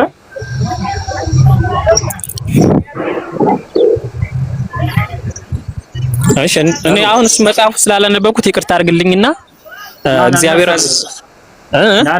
እግዚአብሔር እንዳዘዘ ተመልከት። ያው የሰራዊት ጌታ እግዚአብሔር እንዲህ ይላል አለ፣ እስራኤል ከግብጽ በወጣ ጊዜ አማሌቅ በመንገድ እየተቃወመ ያደረገበትን እበቀላለሁ። ከዚያስ ከፍ አድርገው አሁንም ሄደህ አማሌቅን ምታ አለ እግዚአብሔር። ያላቸውን ሁሉ ፈጽመህ አጥፋ፣ አትማራቸውም አለ። ወንዱንና ሴቱን፣ ብላቴናውንና ሕፃኑን፣ በሬውንና በጉን፣ ግመሉንና አህያውን ግደል። ሕፃናቶችን ግደሉ፣ ብላቴናዎችን ግደሉ እያሉ ነው እግዚአብሔር እንዳዘዘ ያው ከላይ አማሌቃውያን በነገራችን ላይ ጣዖት አምላኪዎች ነበሩ፣ እግዚአብሔርን የሚቃወሙ ህዝቦች ነበሩ። እሺ ስለዚህ አማሌቃውያን ጣዖት በማምለካቸው ይገደላሉ፣ የእምነት ነፃነት የላቸውም ማለት ነው አይደለ? እግዚአብሔርን ብቻ ነው ማምለክ ያለባቸው። እሺ ስለዚህ የእምነት ነፃነት የለም በክርስትና። ከእግዚአብሔር የእምነት ነፃነትም ሰጥቷቸው የእግዚአብሔርን ህዝብ ይዋጉ ነበረ። አይዋሽ ስለመዋጋታቸው እንመጣለን። አሁን ግን እነዚህ ሰዎች ባለማመናቸው ይገደላሉ አይደል? ኖ እንደዛ አይደለም። ባለማመናቸው ሳይሆን የእግዚአብሔርን ህዝብ ይዋጉ ነበረ። ጣዖት እንደዚህ ቤተ መቅደስ ያረክሱ ነበረ። ስለዚህ ምንድነው ስጋዊ ስለነበሩ ጦር ያበዘመቱባቸው። እነዚህ ሰዎች ስለተዋጉ ነው። ህፃናቶችም ተዋግተው ነው አይደለ? ብላቴናዎችም እንዲገደሉ ያዘዘው፣ በሬዎችም አህያዎችም ስለሚዋጉ ግደላቸው አለ እግዚአብሔር አይደለ? ጣዖት የሚያመልክ ስለሆኑ እነሱ ልጆቻቸውም አድርገው እነሱን ስለሚከተሉ በዛን የታዘዘ። በነገራችን ላይ ይሄ ይኸውልህ ለመዳን ይሄ አይጠቅምም፣ የተጻፈ ታሪክ ነው ይሄ በዛ ዘመን የተደረገ። ስለዚህ ወደፊት ያድጋሉና ጣዖትን ያመልካሉ እንደ ወላጆቻቸው ተብሎ እግዚአብሔር ህፃናቶችንም ግደሉ ብሏል እያልከን ነው? እሱ ይሄን አይነት ሎጂክ አትጠቀም። ቆይ እሱ ቆይ ሎጂክ አይደለም አሁን የተናገርከውን እየደገምኩ እየጠየቅኩ ያለው ዘለቀ። ስለዚህ ወደፊት እነሱም አድገው እንደ ወላጆቻቸው ስለሚሆኑ አልከን እኮ አምላክ ብዙ ጊዜ ይኸውልህ ብዙ ጊዜ የብሉይ ኪዳን መጽሐፍት ለታሪክ ማስረጃዎች የተቀመጡ ናቸው። ህዝቡ ገና ስላልዳነ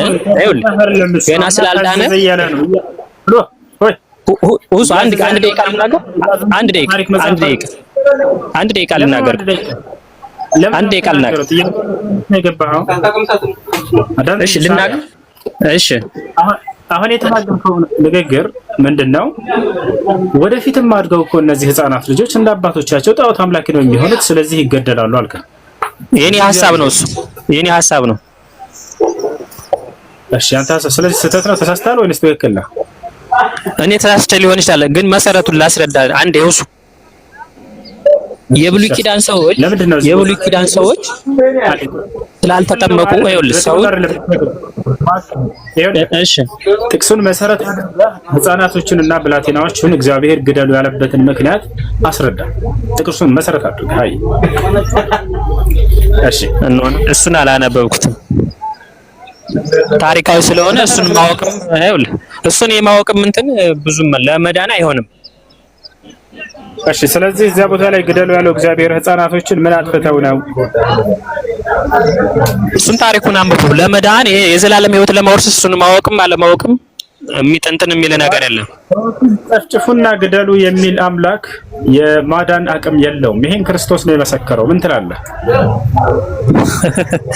ምን አዎ ሰዎችን ግደሉ ጨፍጭፉ የሚል አምላክ ንጹሃኖችን ይሄ ማዳን ራሱ ስራ አይሰራም፣ ሰይጣን ነው ይሄን የሚያደርገው ይላል ኢየሱስ ክርስቶስ። ምን ትላለህ? አሳየኝ እሱን። ዮሐንስ ወንጌል ምዕራፍ 8 ቁጥር 41ን 42ን አውጣለት። አንድ እሑድ ሰይጣን ነው ግደሉ እያለ ነፍሰ ገዳይ ንጹሃኖችን የሚያስገድለው እርሱ ነው። መጽሐፉ ላይ ተገልጿል ቃል በቃል። ዮሐንስ ወንጌል ምዕራፍ 8 ከቁጥር 40 ጀምረን እናነባዋለን።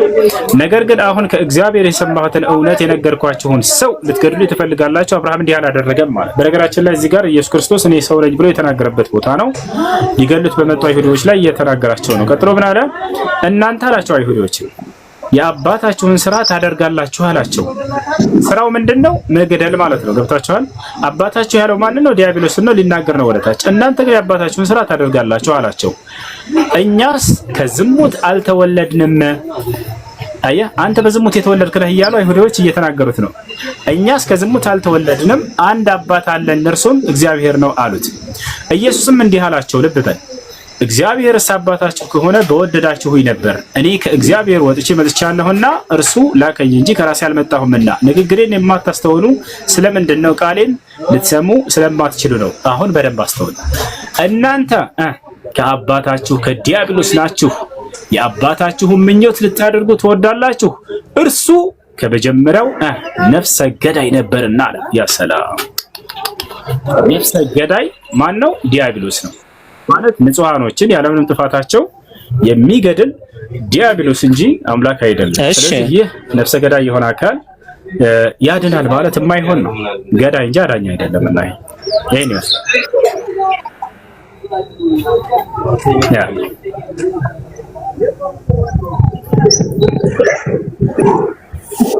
ከአባቴ ወጥቻለሁና የሚለውን ቃል ታምንበታለህ? አዎ ራሱ እዛ አብራራው እኮ ኢየሱስ ተልኬያለሁ ማለት ነው።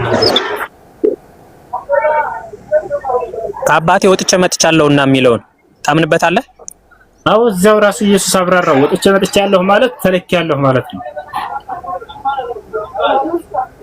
ኖ ከአባቴ ወጥቼ መጥቻለሁና ማለት ከአባቴ ተወልጄ መጥቻለሁና ማለት አይደለም። ተልኬያለሁ ማለት ነው እያለህ ነው ኢየሱስ ነው ይሄን ያለው እዛው ላይ። ኖ እንደ ማይወል ሆስ ሲጀመር እናንተ ከአባታችሁ ከዲያብሎስ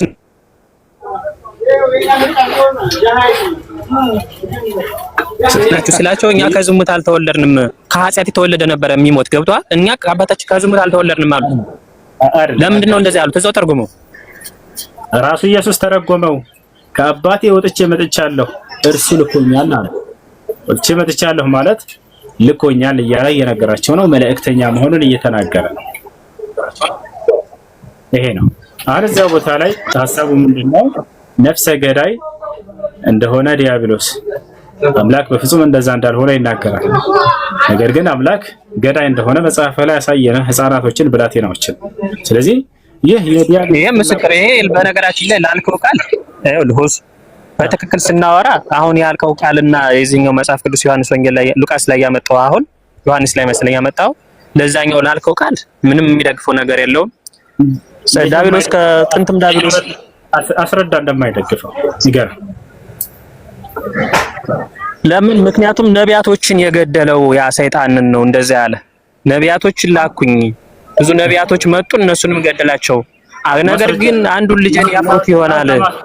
ማስረጃ አሁን ለተናገርከው ትልቁ ላይ ነህ ክፈት። የማቴዎስ ወንጌል ላይ አለልህ። ማቴዎስ ቁጥሩን አላውቀውም፣ ሐሳቡን ልንገርህ።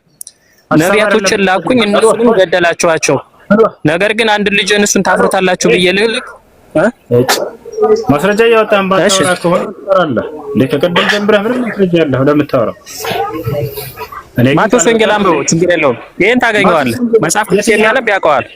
አንተ ንገረን እንጂ የቱ ጋር እናንብበው? ማስረጃ ሁሱ አንብበዋል፣ እርግጠኛ ነኝ አንብበዋል። አደው እንደዚህ እንደሱ የሚል የለም። እንዳውም ያውልህ ነቢያቶችን እንዳውም የሚያስታቸው የሚያታልላቸው የሚያስገድላቸው እግዚአብሔር እንደሆነ ማስረጃ ልሰጥህ እችላለሁ። ከመጽሐፍ ቅዱስ ነው? ከቁርአን ነቢያትን የሚያታልለው ጥፋት ላይ የሚጥላቸው ራሱ እግዚአብሔር ነው። መጽሐፍ ቅዱስ ላይ ላሳየህ እችላለሁ። ተው አታሳየኝ። እሱን እንደዚህ የሚል የለም። ከራስ ተርጉመው ሊሆን ይችላል። እኔ ከራሴ እንዳቻ ልናገርም እንዳነበብኩ እናገራለሁ። ንግግሬም ቅን ነው፣ በማስረጃ እንጂ ያለ ማስረጃ አልናገርም። እና ላሳየህ እግዚአብሔር ነቢያቶችን እንደሚያታልላቸው።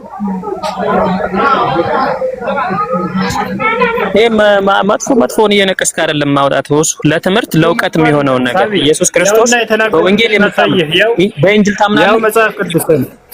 በእንጅል ታምናለህ? አሁን ረሳት ከዛ ወደዛ እንደ ፌንታ ትስለል እንጂ ይሄን እንጨርስ መጀመሪያ። ያውና አንብበው ቁጥር 9 ምን ይላል? ድምፅህን ከፍ አድርጋት።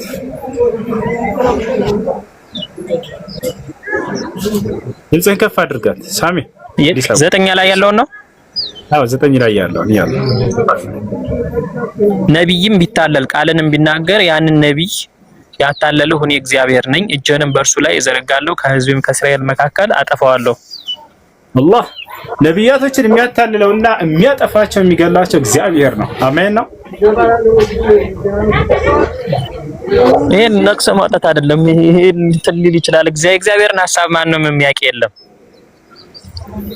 እንደሱ ምን የለም አለ ይቀድም። ኧረ በፍጹም ይሄን አይልም። ምናልባት ቁርአን ላይ ነው አለ። ላ አምላክ አላህ ቁርአን ላይ ነቢያቶችን ይረዳቸዋል፣ ከፍ ያደርጋቸዋል። ወኢነ ጁንደና ለሁሙል ጋሊቡን ነቢያቶቼ የኔ ሰራዊቶች እነርሱ አሸናፊዎች ናቸው እያለ እንደሚረዳቸው አላህ በቁርአን ላይ እንደሚረዳቸው ቃል ሲናገር በርካታ ቦታ ላይ ይናገራል እና እንደሚረዳቸው ቃል ገብቶላቸዋል።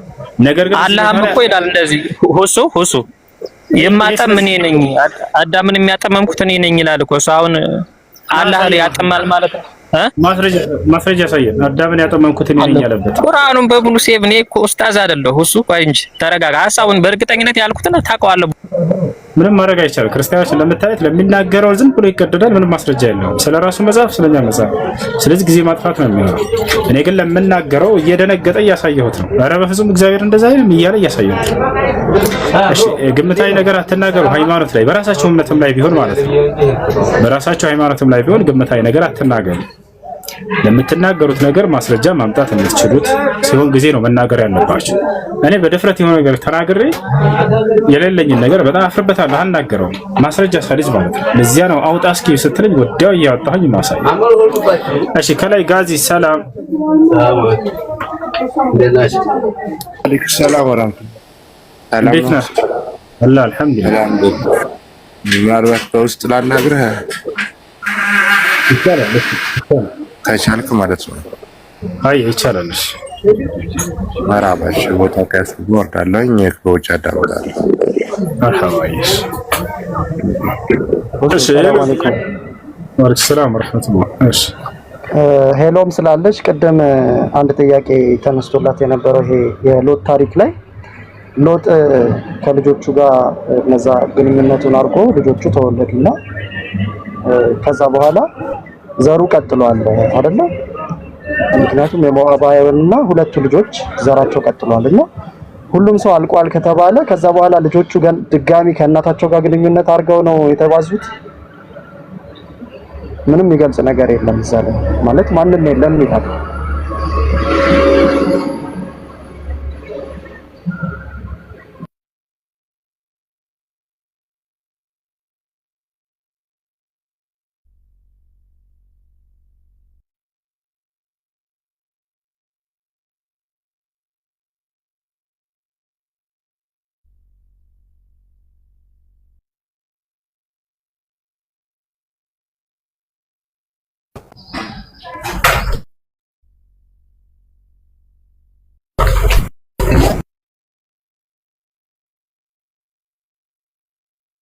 እሺ ጥያቄ ያለው ክርስቲያን ካለ መግባት ይችላል።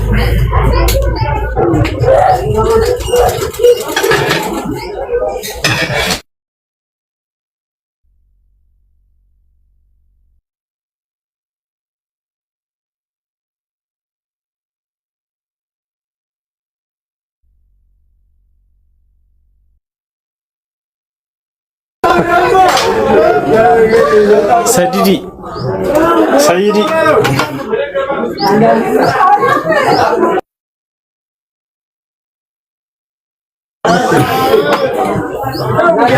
እሺ ውሱ አወል ከባድ ኧረ ሰይድ የሆነ ሀሳብ ሰይድ የሆነ ሀሳብ አወልን አይተዋል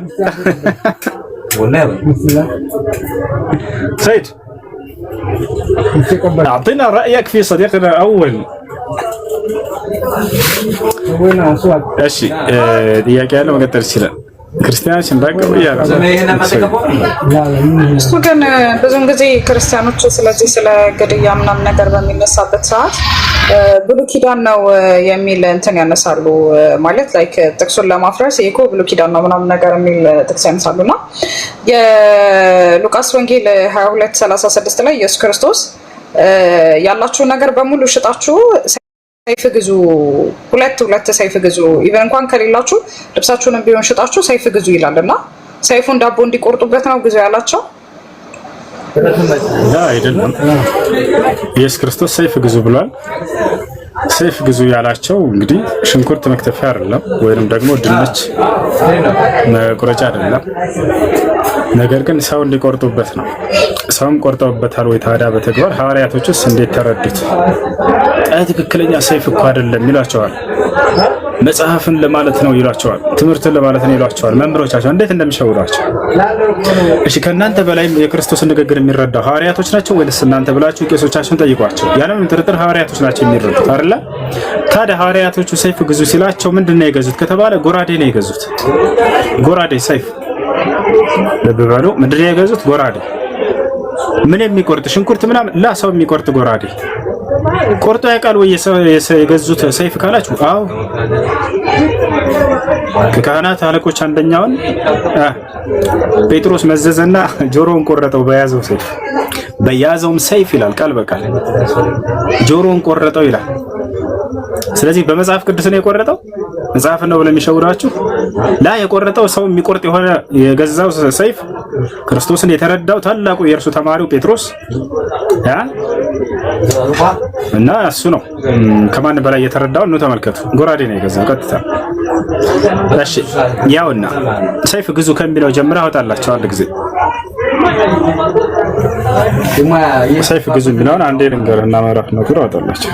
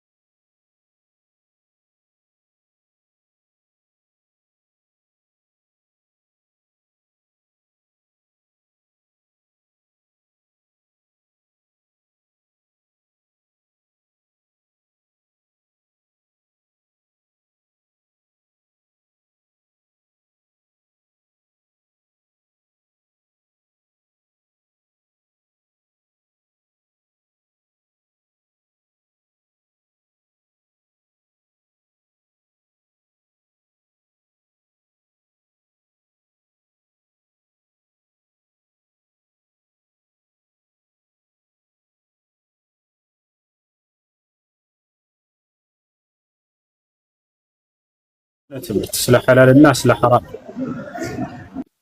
وما يتعلق بالآخرة أو بالأحكام الدنيا من الحلال والحرام والمكروهات والمستحبات والمباحات وغيرها ሁለተኛው ደግሞ ምንድነው ሙስሊም ያልሆኑ ሰዎችን ወይንም ቢድዓ ላይ ያሉ ሰዎችን እነሱን ደግሞ ያለባቸውን ሹብሃቶች ከልባቸው ላይ ገፈህ እውነትን የምታስቀምጥበት የሆነ የእውቀት ዘርፍ ነው። እሱ በጣም ብልሃትን ይጠይቃል። ምክንያቱም ከአህለል ኩፋር ከአህለል ቢድዓ የሚመጡ ሹብሃቶች እንዴት መመለስ እንዳለብህ በጣም ጥበብ ይጠይቃል። አላማቸው አንዳንዶቹ እውነትን ለማግኘት ሆኖ የሚመጣ ሰው አለ። ሁለተኛው ደግሞ ያለህበትን ሐቅ እንደ ባጢል አድርጎ ቀርጾ ለመሄድ የሚፈልግ ሰው አለ። ምን አህለል ቢድዓ ወልከፈራ እነዚህን በትክክል መልሰህ እውነትን የምታነግስበት የሆነ እውቀት ያስፈልጋል። እዚህ ነው ቁርአን በዚህ መንገድ ነው የመጣው። ቁርአን አንዳንዴ አማኞችን የሚያጸናበት የሆነ ቃልን ይናገራል። ሌላ ደግሞ በኩፍር ባለቤቶች ላይ መልስ ይዞ ይመጣል። ወቃለት اليهود والنصارى እንደሚለው አይሁዶችና ክርስቲያኖች እንዲህ አሉ እያለ ያሉትን ንግግር በማንሳት ከዚህ አላህ Subhanahu Wa Ta'ala ለዚያ መልስ ይሰጣል ማለት ነው። ይህ ነው። ስለዚህ እነዚህን ሁለቱን መማር ለዚህ የሚያግዝ الجواب الصحيح لمن بدل دين المسيح لشيخ الإسلام ابن تيمية رحمه الله تعالى عندنا كتاب በዚህ ላይ ابن تيمية رحمه الله تعالى ጥርምጥን ባለ መልኩ ክርስቲያኖች በመጽሐፋቸው ላይ ተመርኩዘው ኢየሱስን አምላክ ሊያደርግልን ይችላል ብለው የሚያነሷቸውን ጥቅሶች ሁሉ ነጥብ በነጥብ እያነሳ መልስ ሰጥቶባቸዋል። ሁለተኛ ሂዳየቱል ሐያራ في الرد على اليهود والنصارى لتلميذه البار ابن القيم الجوزية رحمه الله تعالى ይሄኛው ሌላኛው ኪታብ ነው። እዚህ ላይ ደግሞ በይሁዶችና በክርስቲያኖች የሚያነሷቸውን ሁሉ ጥያቄዎች ኢብኑ አልቀይም መልስ የሰጠበት በጣም ጠቃሚና ምርጥ መጽሐፍ ነው። ይሄ መጽሐፍ አንብቡ፣ እንዴት አድርጋችሁ መመለስ እንደምትችሉ ያስረዳቸዋል። ሌላው በቢድዓ ሰዎች ላይ ቀደምት ሰለፎቻችን ከነ ኢማም አህመድ ጀምሮ እስከነ ሙሐመድ ኢብኑ አብዱል ወሃብ እና ሼክ አብዱል ዐዚዝ ኢብኑ ባዝ ድረስ መልስ ሰጥተውባቸው የጻፏቸው መጽሐፎች አሉ። እነዚያን ማንበብ اقتضاء الصراط المستقيم مخالفة أصحاب الجحيم لشيخ الإسلام ابن تيمية رحمه الله تعالى جايز كتابه እና ሌሎችም الرد على الجهمية الرد على المعتزلة በእነዚህ ላይ የተጻፉትን አንብቧቸው። አህባሽ ብሎ ማለት ከጀህሚያ መሰረቱን የያዘ የሆነ አንጃ ነው። የእነዚያን ረድና መልስ ካያቸው የሰለፎቻችንን ዛሬ በአህባሾች ላይ እንዴት መመለስ እንዳለባችሁ እና እውነትን እንዴት ማንገስ እንዳለባችሁ ታውቃላችሁ ማለት ነው። እሺ ጥያቄ ያለው መቀጠል ይችላል። ሰላም አለይኩም ወራህመቱላሂ ወበረካቱሁ። ሰላም ወራህመቱላሂ ወበረካቱሁ። ሰላም ነው እሱ አላህ አልሐምዱሊላህ። ሰላም አለይኩም እሱ አላህ አልሐምዱሊላህ።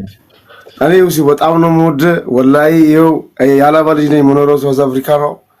አንተ ንጽጽር ከጀመርክ ጀምሮ አንድ ቀን ቀርቶኝ አያውቅም፣ ግን ዛሬ ድሉ ስለተሰጠኝ አልሐምዱሊላህ በጣም ደስ ብሎኛል። መጠየቅ የምፈልገው ጥያቄ አንድ ሰው ወደ ፈጣሪ በቃ ከዚህ በፊት ወንጀል ነው የሚችላል ወንጀል በቃ ማንኛውም ወንጀል ሊያጠፋ ይችላል፣ ግን ወደ ፈጣሪ ከተመለሰ ፈጣሪ ወንጀሉን ይቅር ይለዋል? አዎ አላህ በቁርአን ላይ ይህን ቃል ገብቷል። ወኢኒ ለገፋሩ ሊመን ታበ ወደ እኔ ለተመለሰ እኔ ምሕረለታለሁ ብሎ ቃል ገብቷል። በሱረቱል ማኢዳ ላይ ፈመን ታበ ሚን ባዕድ ዙልሚሂ ወአስለሐ ፈኢነላሀ የቱቡ ዐለይሂ ኢነላሀ ገፉሩር ረሒም ይላል። በኃጢአት ነፍሱን ከበደለ በኋላ ራሱን መልሶ እንደገና ያስተካከለ ወደ አላህ ንስሐ ያደረገ አላህ ንስሐውን ይቀበለዋል። አላህ መሐሪና ንስሐ ተቀባይ የሆነ አምላክ ነውና ይላል። ነቢያችን ሰለላሁ ዐለይሂ ወሰለም ሐዲስ ላይ መን ታበ ታበ አላሁ ዐለይሂ ወደ አላህ ንስሐ ያደረገ አላህ ንስሐውን ይቀበላል ብለው ተናግረዋል። እሺ ሌላ ወሱ አንድ ጥያቄ አንድ የሆነች መልእክት ላስተላልፍና ልውጣ። እኔ አሁን አንዳንዴ እፎ ቤትም ገብቼ ብዙ በቃ የሆነ የእስልምና ነገር ሲነካ ውስጤ ደስ አይለውም እና ማስተላለፍ ብሎም የምፈልገው ነገር ለሙስሊሞች መጠየቅ ማይችሉ ከሆነ መመለስ ማይችሉ ከሆነ እንደዚህ አይነት ቦታ ሄዶ ዲናችንን ባትረክሱ ወይም እንደዚህ ለምሳሌ አንድ ቤት አለ። አሁን ብዙ ጊዜ ድሮ እዛ ሄድ ነበር፣ አሁን ግን እዚህ እየመጣሁ ነው። ብዙ እውቀቶችን የሚሸምተው ያላወቁትንም ነገር ማውቀው እና እዛ እንደዛ አይነት ቦታ ሄዶ ወይ ጥያቄ መጠየቅ አይችሉም ወይም ጥያቄ መመለስ አይችሉም። እንደዚህ አይነት ቦታ ባይሄዱ ያው ተረክዛው ነው ማስተዋወስ። ሰላም አለይኩም ወራህመቱላሂ ወበረካቱ። ወአለይኩም ሰላም ወራህመቱላሂ ወበረካቱ። እሱ ጥያቄ ያለኝ። እሺ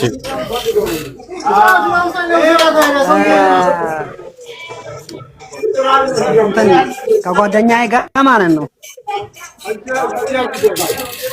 የሆነ ማትስ እየሰራን ከዛን ሰርቼ ጨርሼ እሱም እየሰራ ነው። ከዛን የሱ ትክክል ሆነ። ሳንሰራ በፊት ሳንጨርስ እኔ ማልኩኝ፣ የኔ ነው ትክክል ብዬ ማልኩኝ። ስንሰራ ደግሞ የሱ ትክክል ሆነ እና እንትን አለብኝ አሁን ማለቴ ግልጽ አድርግ።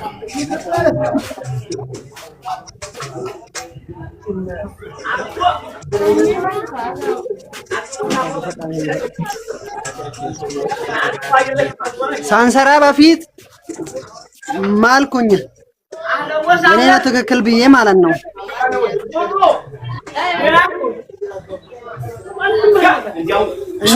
ሶስት ቀን መጾም አለብኝ? ላ የለብህም።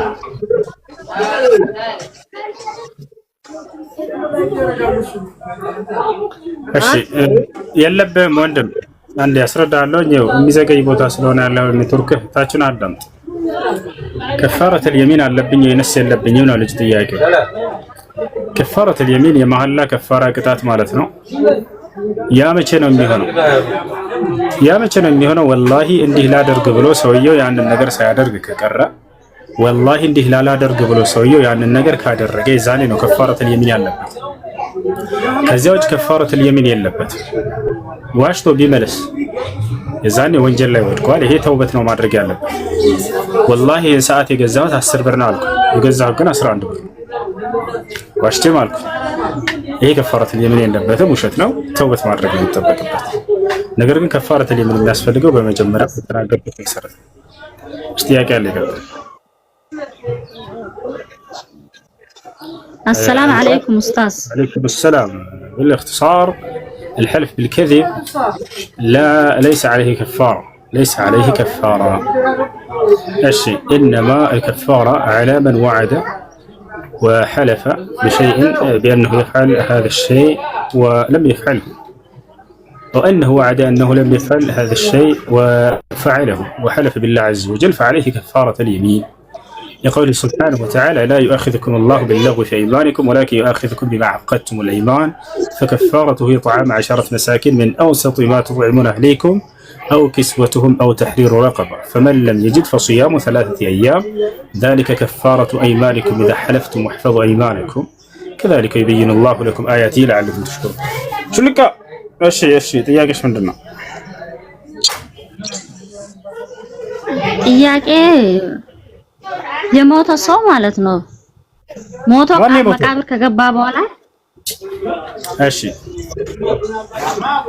መቃብር ከገባ በኋላ መስገድ ይቻላል እንዴ? ሰላቱል ጀናዛ በኋላ ማለት ነው። ይቻላል። ነብያችን ሰለላሁ ዐለይሂ ወሰለም በዘመናቸው አንዲት መስጂድ የምታጸዳ ሴት ነበረች። ከዚያም ሞተች። ሰሃቦችም ወስደው ቀበሯት። ነብያችን ሰለላሁ ዐለይሂ ወሰለም ያቺ ሴት የት አለች ብለው ጠየቁ። መስጂድ የምታጸዳው እርሷ እኮ ሙታ ቀብረናታል አንቱ የአላህ መልእክተኛ አሉ።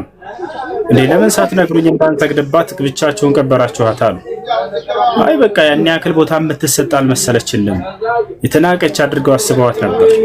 ነብዩ ሰለላሁ ዐለይሂ ወሰለም ግን ሰውን አይንቁምና ቀጥታ ቀብሯን አሳዩኝ አሉ። ሂደው ዱዓ አደረጉላት፣ ሰገዱባት። وهذا يدل على تمام تواضعه عليه الصلاة والسلام. صلى الله عليه وسلم من ياكل زك እንደሚሉ ለሰው ሰውን እንደማይንቁ ያሳያል። አይ ሁለተኛ ጥያቄ ደግሞ ሐቂቃ ሳይደረግ የሞተ ልጅ ማለት ነው መድረግ ይቻላል? ይቻላል።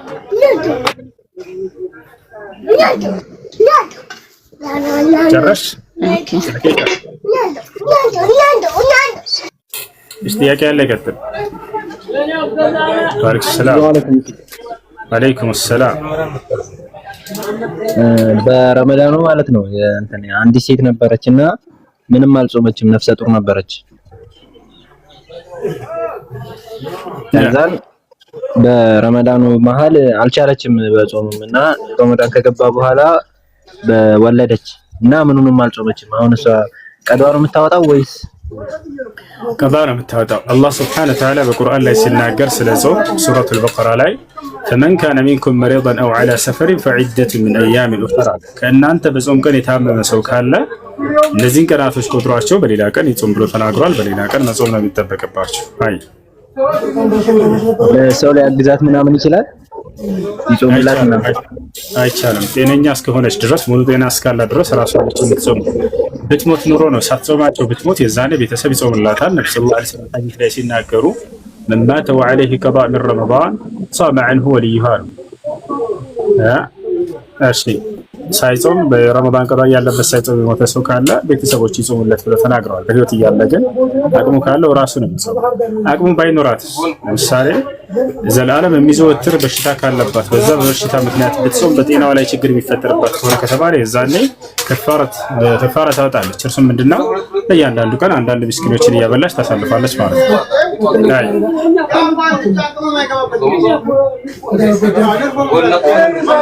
እሺ ቀጥሉ።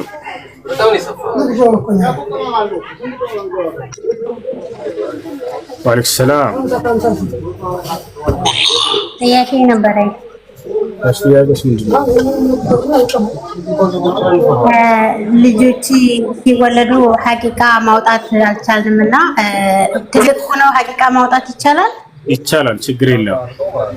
ሐቂቃ መወጣት ያለበት እንደ አስሉ እንደ መሰረቱ በተወለደ በሰባተኛው ቀን ነው ለልጁ ማለት ነው። ግን ያ አቅም የሌለው ሰው የዛኔና ያለፈበት ሰው አቅም ባገኘ ጊዜ ሐቂቃን ማውጣት ይችላል። አይ መርሐባ ለዘከላ አይ መርሐባ። ጥያቄ ያለ ይቀጥል። ከሌላ አለይኩም ሰላም ወራህመቱላህ። ሰላም አለይኩም። ወአለይኩም ሰላም። ጥያቄ ነበረኝ።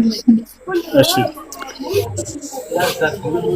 የእናቴ አጎት ወይም የአባቴ አጎት አጃቢ ናቸው ለኔ? አይደለም።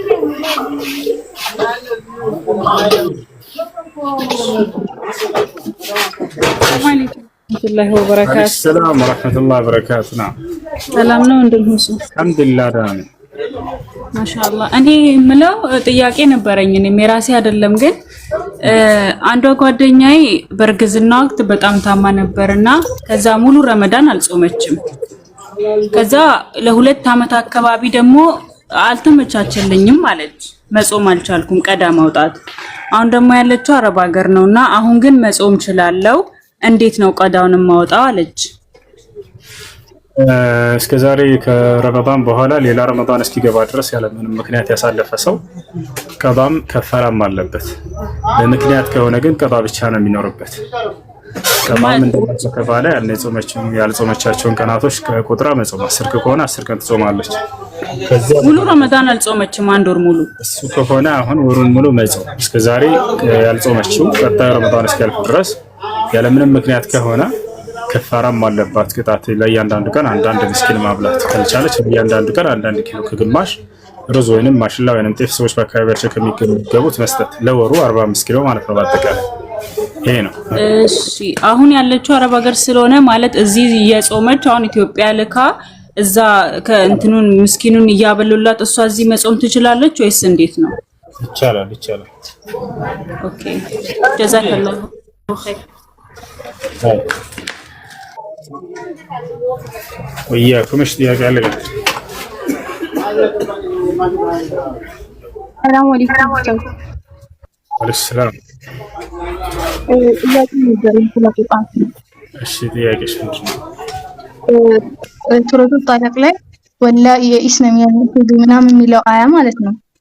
ያ እሱ አያ ገና አደፍን ያላዩት ማለት ስለፍች ሆኖ ገና አደፍን ያላዩት ማለት ህፃናትን ለማለት ነው። ጥያቄ ገባኝ። እዛ ላይ ህፃናትን ለማግባት ነው ሲሉ ሰምተሻል?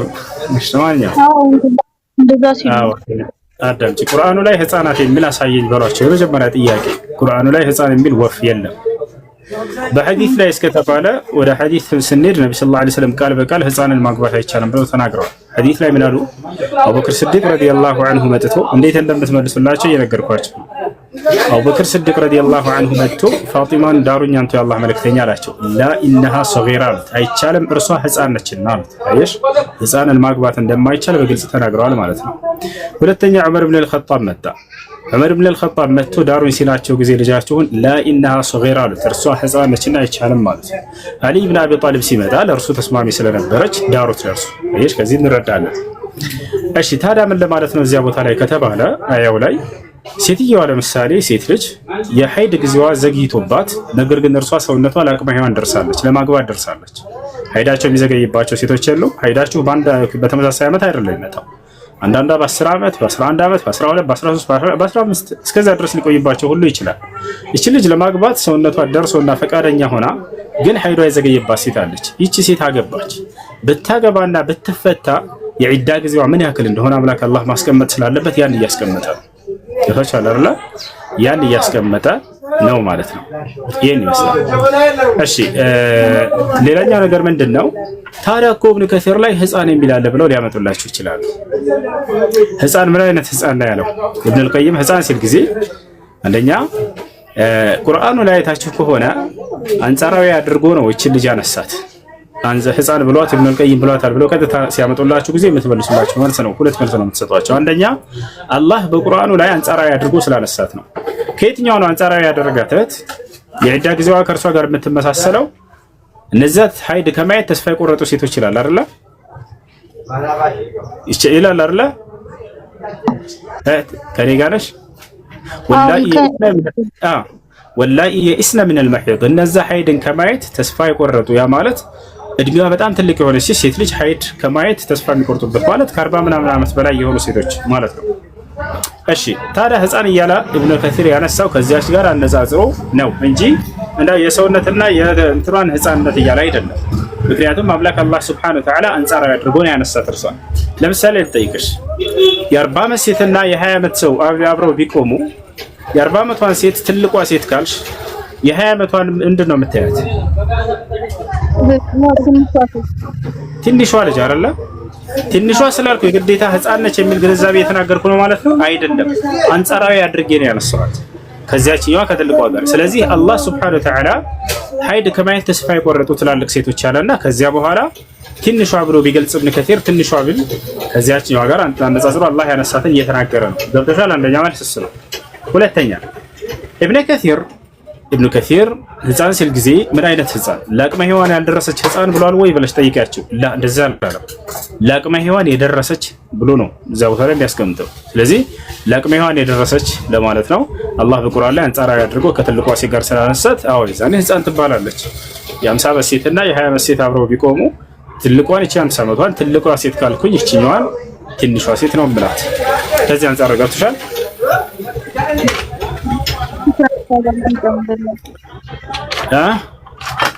ሽክራን ኡስታዝ አላህ ይጨምርላችሁ። አመሰግናለሁ። ወያኩም ሃይ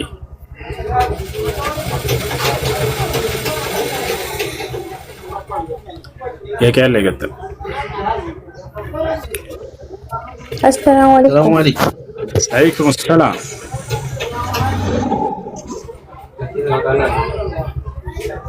ጥያቄ ካላችሁ ጠይቁ፣ ከሌላችሁ እንውረድ። السلام عليكم هسه. السلام ورحمة الله. كيف حالك؟ الحمد لله بخير. الحمد لله. اسمعني تجاوب لي بالعربي اوكي؟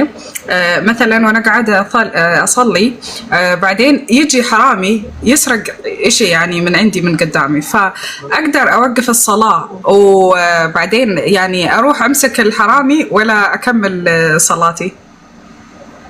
يجوز لك ذلك.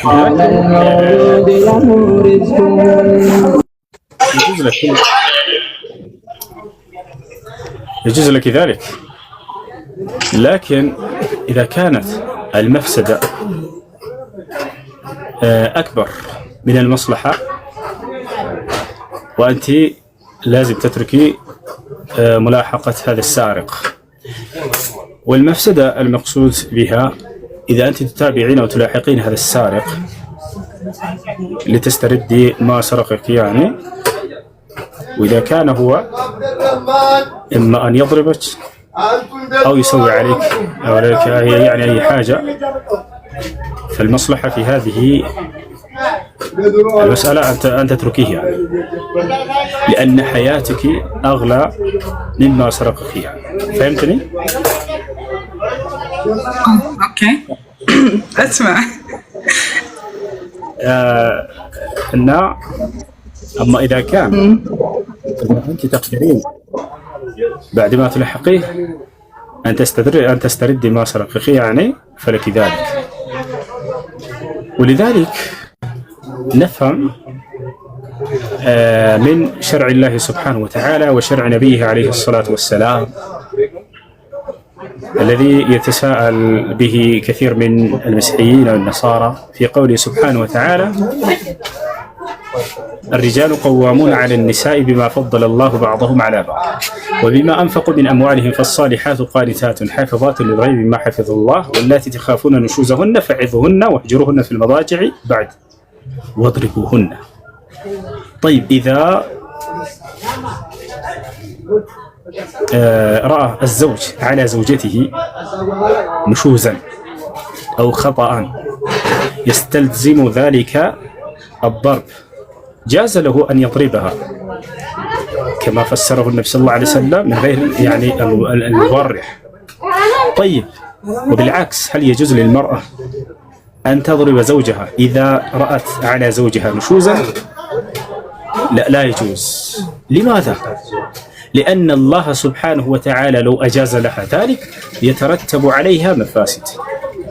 لو أن الزوجة رأت نشوزا أو خطأ على زوجها ورفعت يديها لتضربه، ماذا سيحصل؟ سيضربها الزوج ويحصل مفسدة كبيرة.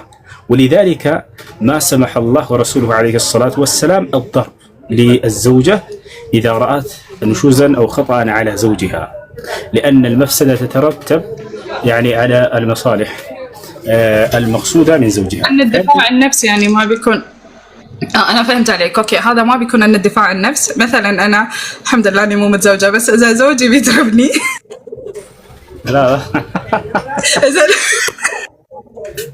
واجد ይገርማቸዋል። የአላህ ስብሐነ ወተዓላ ጥበብ። አሁን ጥያቄው ምን መሰላችሁ? ስለሚማሩበት ልንገራቸው አይደለ? ሚስጥር ላውጣ ትፈቅጃለች? አይ ላ አውጣው፣ ችግር የለውም አውጣው። እዚህ ጋር እኮ ከአንዲት ጓደኛዬ ጋር እንትን ተከራክረን በዛ ነው። ንገራቸው። መልሱ ገብታችኋል አይደለ? ገብተሻል ጃስሚን? ምን ይገባኝ? አዎ ንገራቸው። እንዴት መሰላችሁ ጥያቄዋ? ሶላት እየሰገድኩኝ እያለሁኝ አንድ ሰው መጥቶ የሆነ እቃ ነሳና ሰርቆኝ ይሄዳል። እኔ ተከትዬ እሱን ማስመለስ እችላለሁኝ ወይ ሶላቴን አቋርጬ ነው? አዎ ሶላት ላይ ሆናችሁ ብትሰረቁ እቃችሁን ያን እቃ በጣም ውድና የምትፈልጉት አይነት እቃ ቢሆንና ያንን ቢሰርቅባችሁ ሰው ተከትላችሁ መቀበል ትችላላችሁ። ነገር ግን ሄዳችሁ ያንን እቃ እናስመልሳለን ስትሉ ያ ሰው መልሶ በእናንተ ላይ ጥቃትና አደጋ የሚያደርስባችሁ ከሆነ በህይወታችሁ ላይ የዛን ተውት እቃችሁን። ምክንያቱም ከጥቅሙ ጉዳቱ ስለሚያመዝን። ገብታችኋል አይደል? ይሄን እንዴት ከምን ማስረጃ እንይዛለን ከተባለ አላህ Subhanahu Wa Ta'ala በቁርአን ላይ አይታችሁ ከሆነ ሱረቱ ኒሳ ላይ ሁለት አይነት ሴቶችን ይገልጻል። ብዙ ጊዜ እንዳውም የክርስቲያን ልጆች ጥያቄ ነው፣ ሴቶችን ምቷቸው ይላል ቁርአን የሚል ጥያቄ ነው።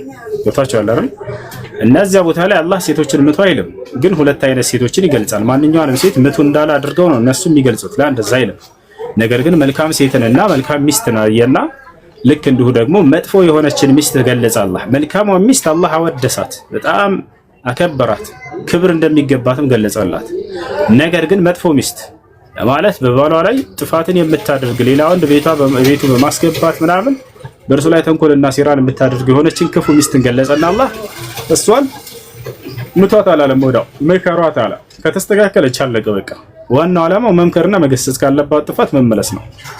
ሁለተኛው ምንድነው? አኩርፏት አለ። የምታኮርፋት ውጭ ላይ ምናምን ቤት ውስጥም አይደለም፣ አልጋ ላይ ብቻ ነው። ወህጅሩሁነ ፊል መዳጂ ዐለ አላህ፣ በመተኛ ቦታ ላይ አኩርፏቸው አለ። ያ ማለት ለመገሰጽ ነው እርሱም ዓላማው። ሴት ልጅ አቅባሃት እንድተኛ ትፈልጋለች በባህሪዋ፣ ባል ከሆነ ማለት ነው ባሏ። ነገር ግን የዛኔ ጀርባውን ሰጥቶ ከተኛ በጣም ይከፋታል። የዛኔ በቃ ያንን ያኮረፋትን ነገር በዚያ ለማረምና ለመገሰጽ ሲል ይሄ ተፈቅዶለታል። ውጭ ላይ ማኩረፍስ አይቻልም። ነብዩ ሰለላሁ ዐለይሂ ወሰለም ወላ ተህጁርሃ ኢላ ፊል በይት አሉ፣ ቤት ውስጥ እንጂ ውጭ ላይ እንዳታኮርፍ ሚስትህን ብለው ተናግረዋልና። ሶስተኛ ይሄ ሁሉ አማራጭ ከሌለ ሶስተኛው የመገሰጫ መንገድ እርሷን መግጃ አይደለም። ልብ በሉ የመገሰጫ መንገድ ምንድነው? ምቷቸው ይላል። ነገር ግን ምቷቸው ሲል ጊዜ ምን غير مبرح አሉ ነብዩ ሰለላሁ ዐለይሂ ወሰለም በእነርሱ ላይ ምንም አይነት ህመምን የማያደርስ ነው ብለው ተናገሩ። ለዚህ ነው ዑለሞች ምን አሉ? ምናልባት አንሶላ ሊሆን ይችላል ጠቅለል አድርገህ እርሷን በማይጎዳ መንገድ አንሶላ በአንሶላ ጠቅለል አድርጎ የሚያጣሽ ይሄ የሚጎዳ ነገር አይደለም። ወይንም ትራስ ሊሆን ይችላል ወይንም ሲዋክ ልትሆን ትችላለች ብለው ተናገሩ። በእነዚህ እርሺ እርሷን በሚጎዳ መልኩ የሚደበድባት ከሆነ የዛኔ ፍቺ መጠየቅ መብት አላት። ሐራም ነው በእርሱ ላይ አይቻልም። ኢስላም ይሄን አይፈቅድም። እሺ ይሄን ከጨረሰን ታዲያ በዚሁ አንፃር ሴት ልጅ ባሏ ላይ ጥፋት ብታገኝ እርሷስ መምታት ትችላለች ወይ ወደሚለው እንምጣ። ልብ በሉ ልክ በሱ ለሱ ባለው ሐቅ ልክ ለእርሷም ሐቅ አላት ብሎ ቁርአን አስተምሯል አይደለ? ወለሁነ ሚስሉ الذي عليهن بالمعروف አለ። በእነርሱ ላይ ባላችሁ መብት ልክ እነርሱም በእናንተ ላይ መብት አላቸው ብሎ ቁርአን አስድቆላቸዋል።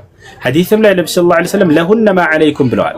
በእናንተ ላይ ያለው ሁሉ ለእነርሱ መብት አላቸው ብሎ ገልጸውላቸዋል። እኩል መብት አላቸው በባላቸው ላይ ሲል ስለዚህ እርሷን ጥፋት ካየችበት ሶስቱም መብት አላት ማለት ነው። አንደኛ ትገስጸዋለች፣ ትመክረዋለች፣ እሱ ከተስተካከለ እሰየው። ሁለተኛ ታኮርፈዋለች አልጋ ቦታ ላይ፣ እሱም ከተስተካከለለት እሰየው። ሶስተኛ ትምታው ተብሏል ወይ አልተባለም። ለምን? ምክንያቱም ትምታው ብሎ አላህ ቢናገር በዚያን ጊዜ ሁለቱም ንዴት ውስጥ ነው፣ እሷ ልትማታ ነው። የዛኔ ጥቅልል አድርጎ ሊዘገርራት ይችላል። አያችሁ አይደለ? ምክንያቱም ሰይጣን አለ በዛን ጊዜ በእርሷ ላይ ትልቅ አደጋ ሊያደርስባት ይችላል። አላህ ትምታው የሚለውን ተወው።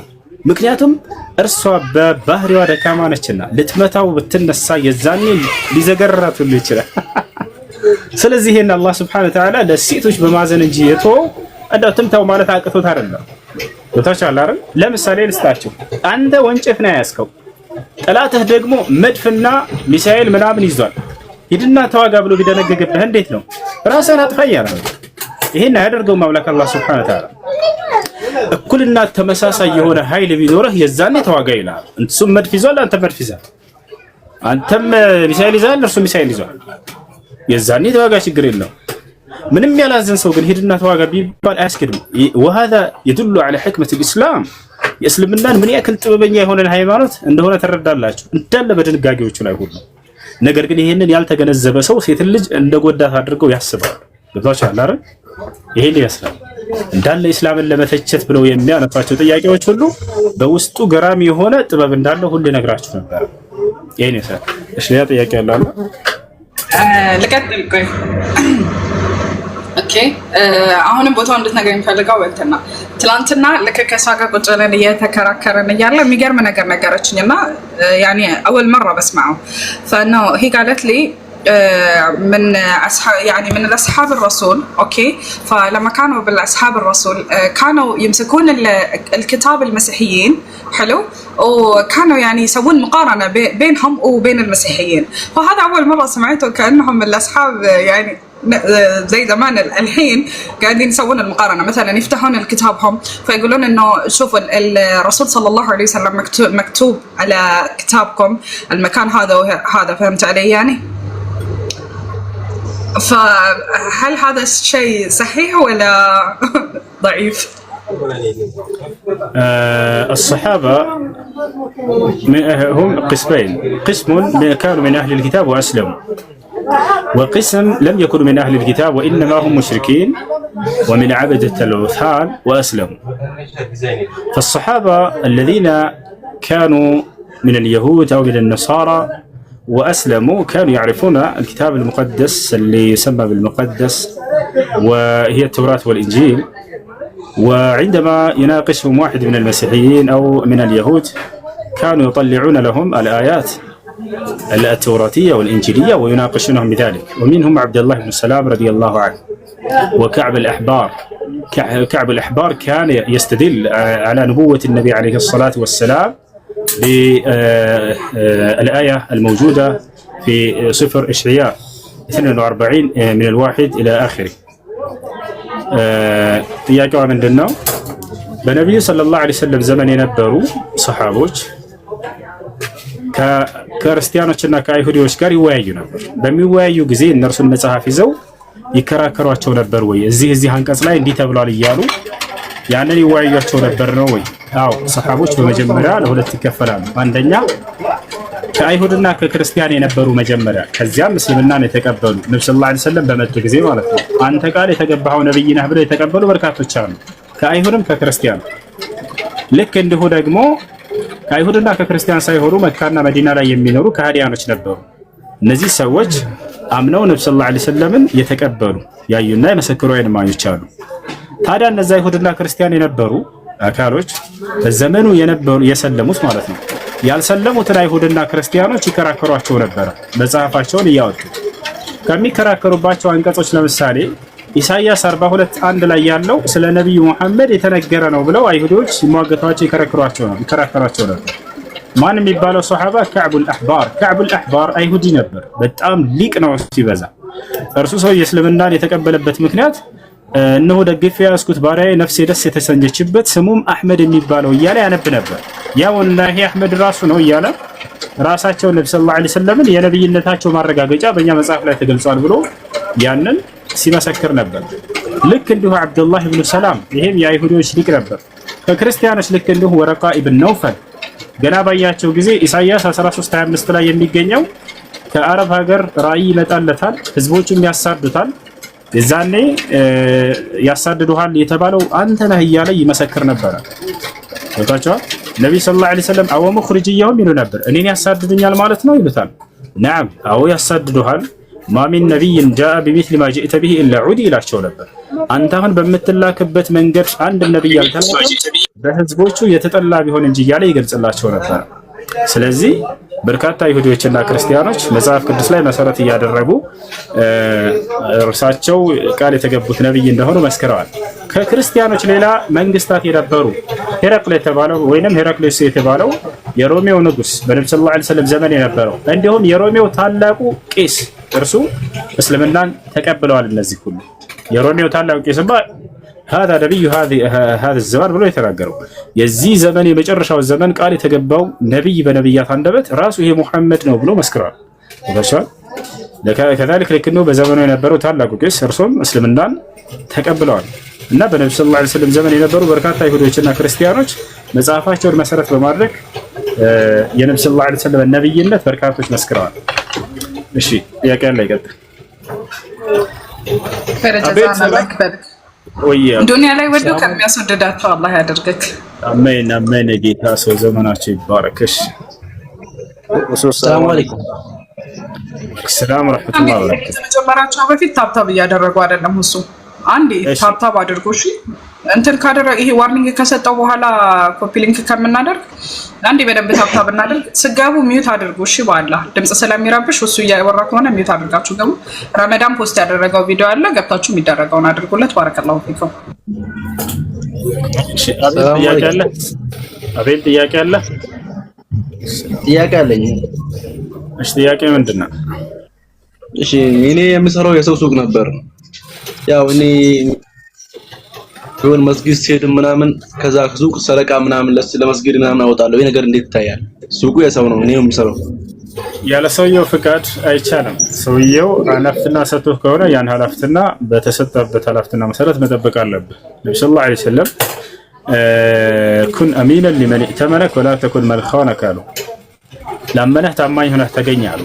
ለከዳህ ደግሞ ለእርሱ እስክዳው ለእርሱም ራሱ ታማኝ ሆነህ ተገኝ አሉ።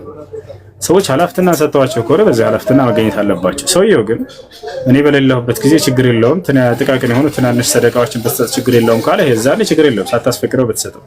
ፍቃድ እስካልሰጠህ ድረስ ግን ስራ ተብለህ በተሰጠው ኃላፊነትና ብቻ ነው መስራት ያለብህ። አልሙስሊሙን ዐላ ሹሩጢሂም አሉ ነብዩ ሰለላሁ ዐለይሂ ወሰለም። ሙስሊሞች በስምምነታቸው በቃላቸው ይገኛሉ ብለው ተናግረዋል። አይ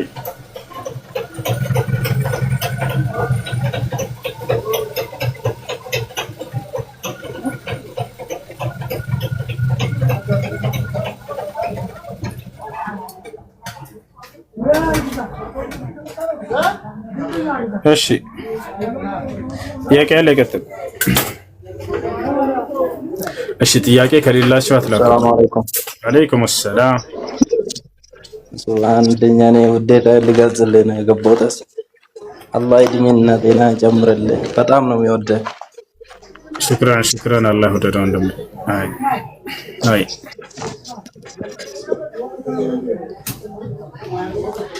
ጥያቄ ያለ ቀጥል። ሰላም አለይኩም። ይቅርታ ግን ከኋላ ገብቼ እኔ ልቀጥል መሰለኝ። አላህ አይ ጥያቄ ያለ ቀጥል። እሺ ኡስታዝ፣ እኔ አባቴ ቅርብ ጊዜ ነበር የሞተው ማለት ነው። አባቴ ሞቶ እናቴ ቦታ ልቀይርላት ፈልጌ ነበረ። በጣም ያማታል ምናምን ነገር ማለት ነው። ከዛ ኡስታዞች ቦታ ረጅም ቦታ መሄድ አይቻልም፣ ለፀጉር አሁን ያማታል በጣም ስለሚያማት እኔ ቅባት ምናምንም እንድትጠቀም ፈልጋለሁና ረጅም ቦታ መሄድ ከብዙ ጀማ መቀላቀል አይቻልም፣ ቅባት መቀባት አይቻልም ብለውኛል አለችኝ ማለት ነው። ይሄ እንዴት ይታያል? 4 ወር ከ10 ቀን ድረስ ምንም ነገር ጭንቅላቷ በጣም ያማታል ማለት ነው። ራስ ምታት ግፊት ምናምን ስላላት በጣም ያማታል። ይሄ ነገር እንዴት ነው? ከሆነ ችግር የለም። የሚያማት ከሆነ ምክንያት ካላት ችግር የለም። ያማታል ቦታ ሳይሆን እኔ ካለችበት ቦታ ራቅ ያለ ቦታ ልወስዳት ፈልጌ ነበር፣ አካባቢውን ልቀይርላት ፈልጌ ነበር ማለት ነው።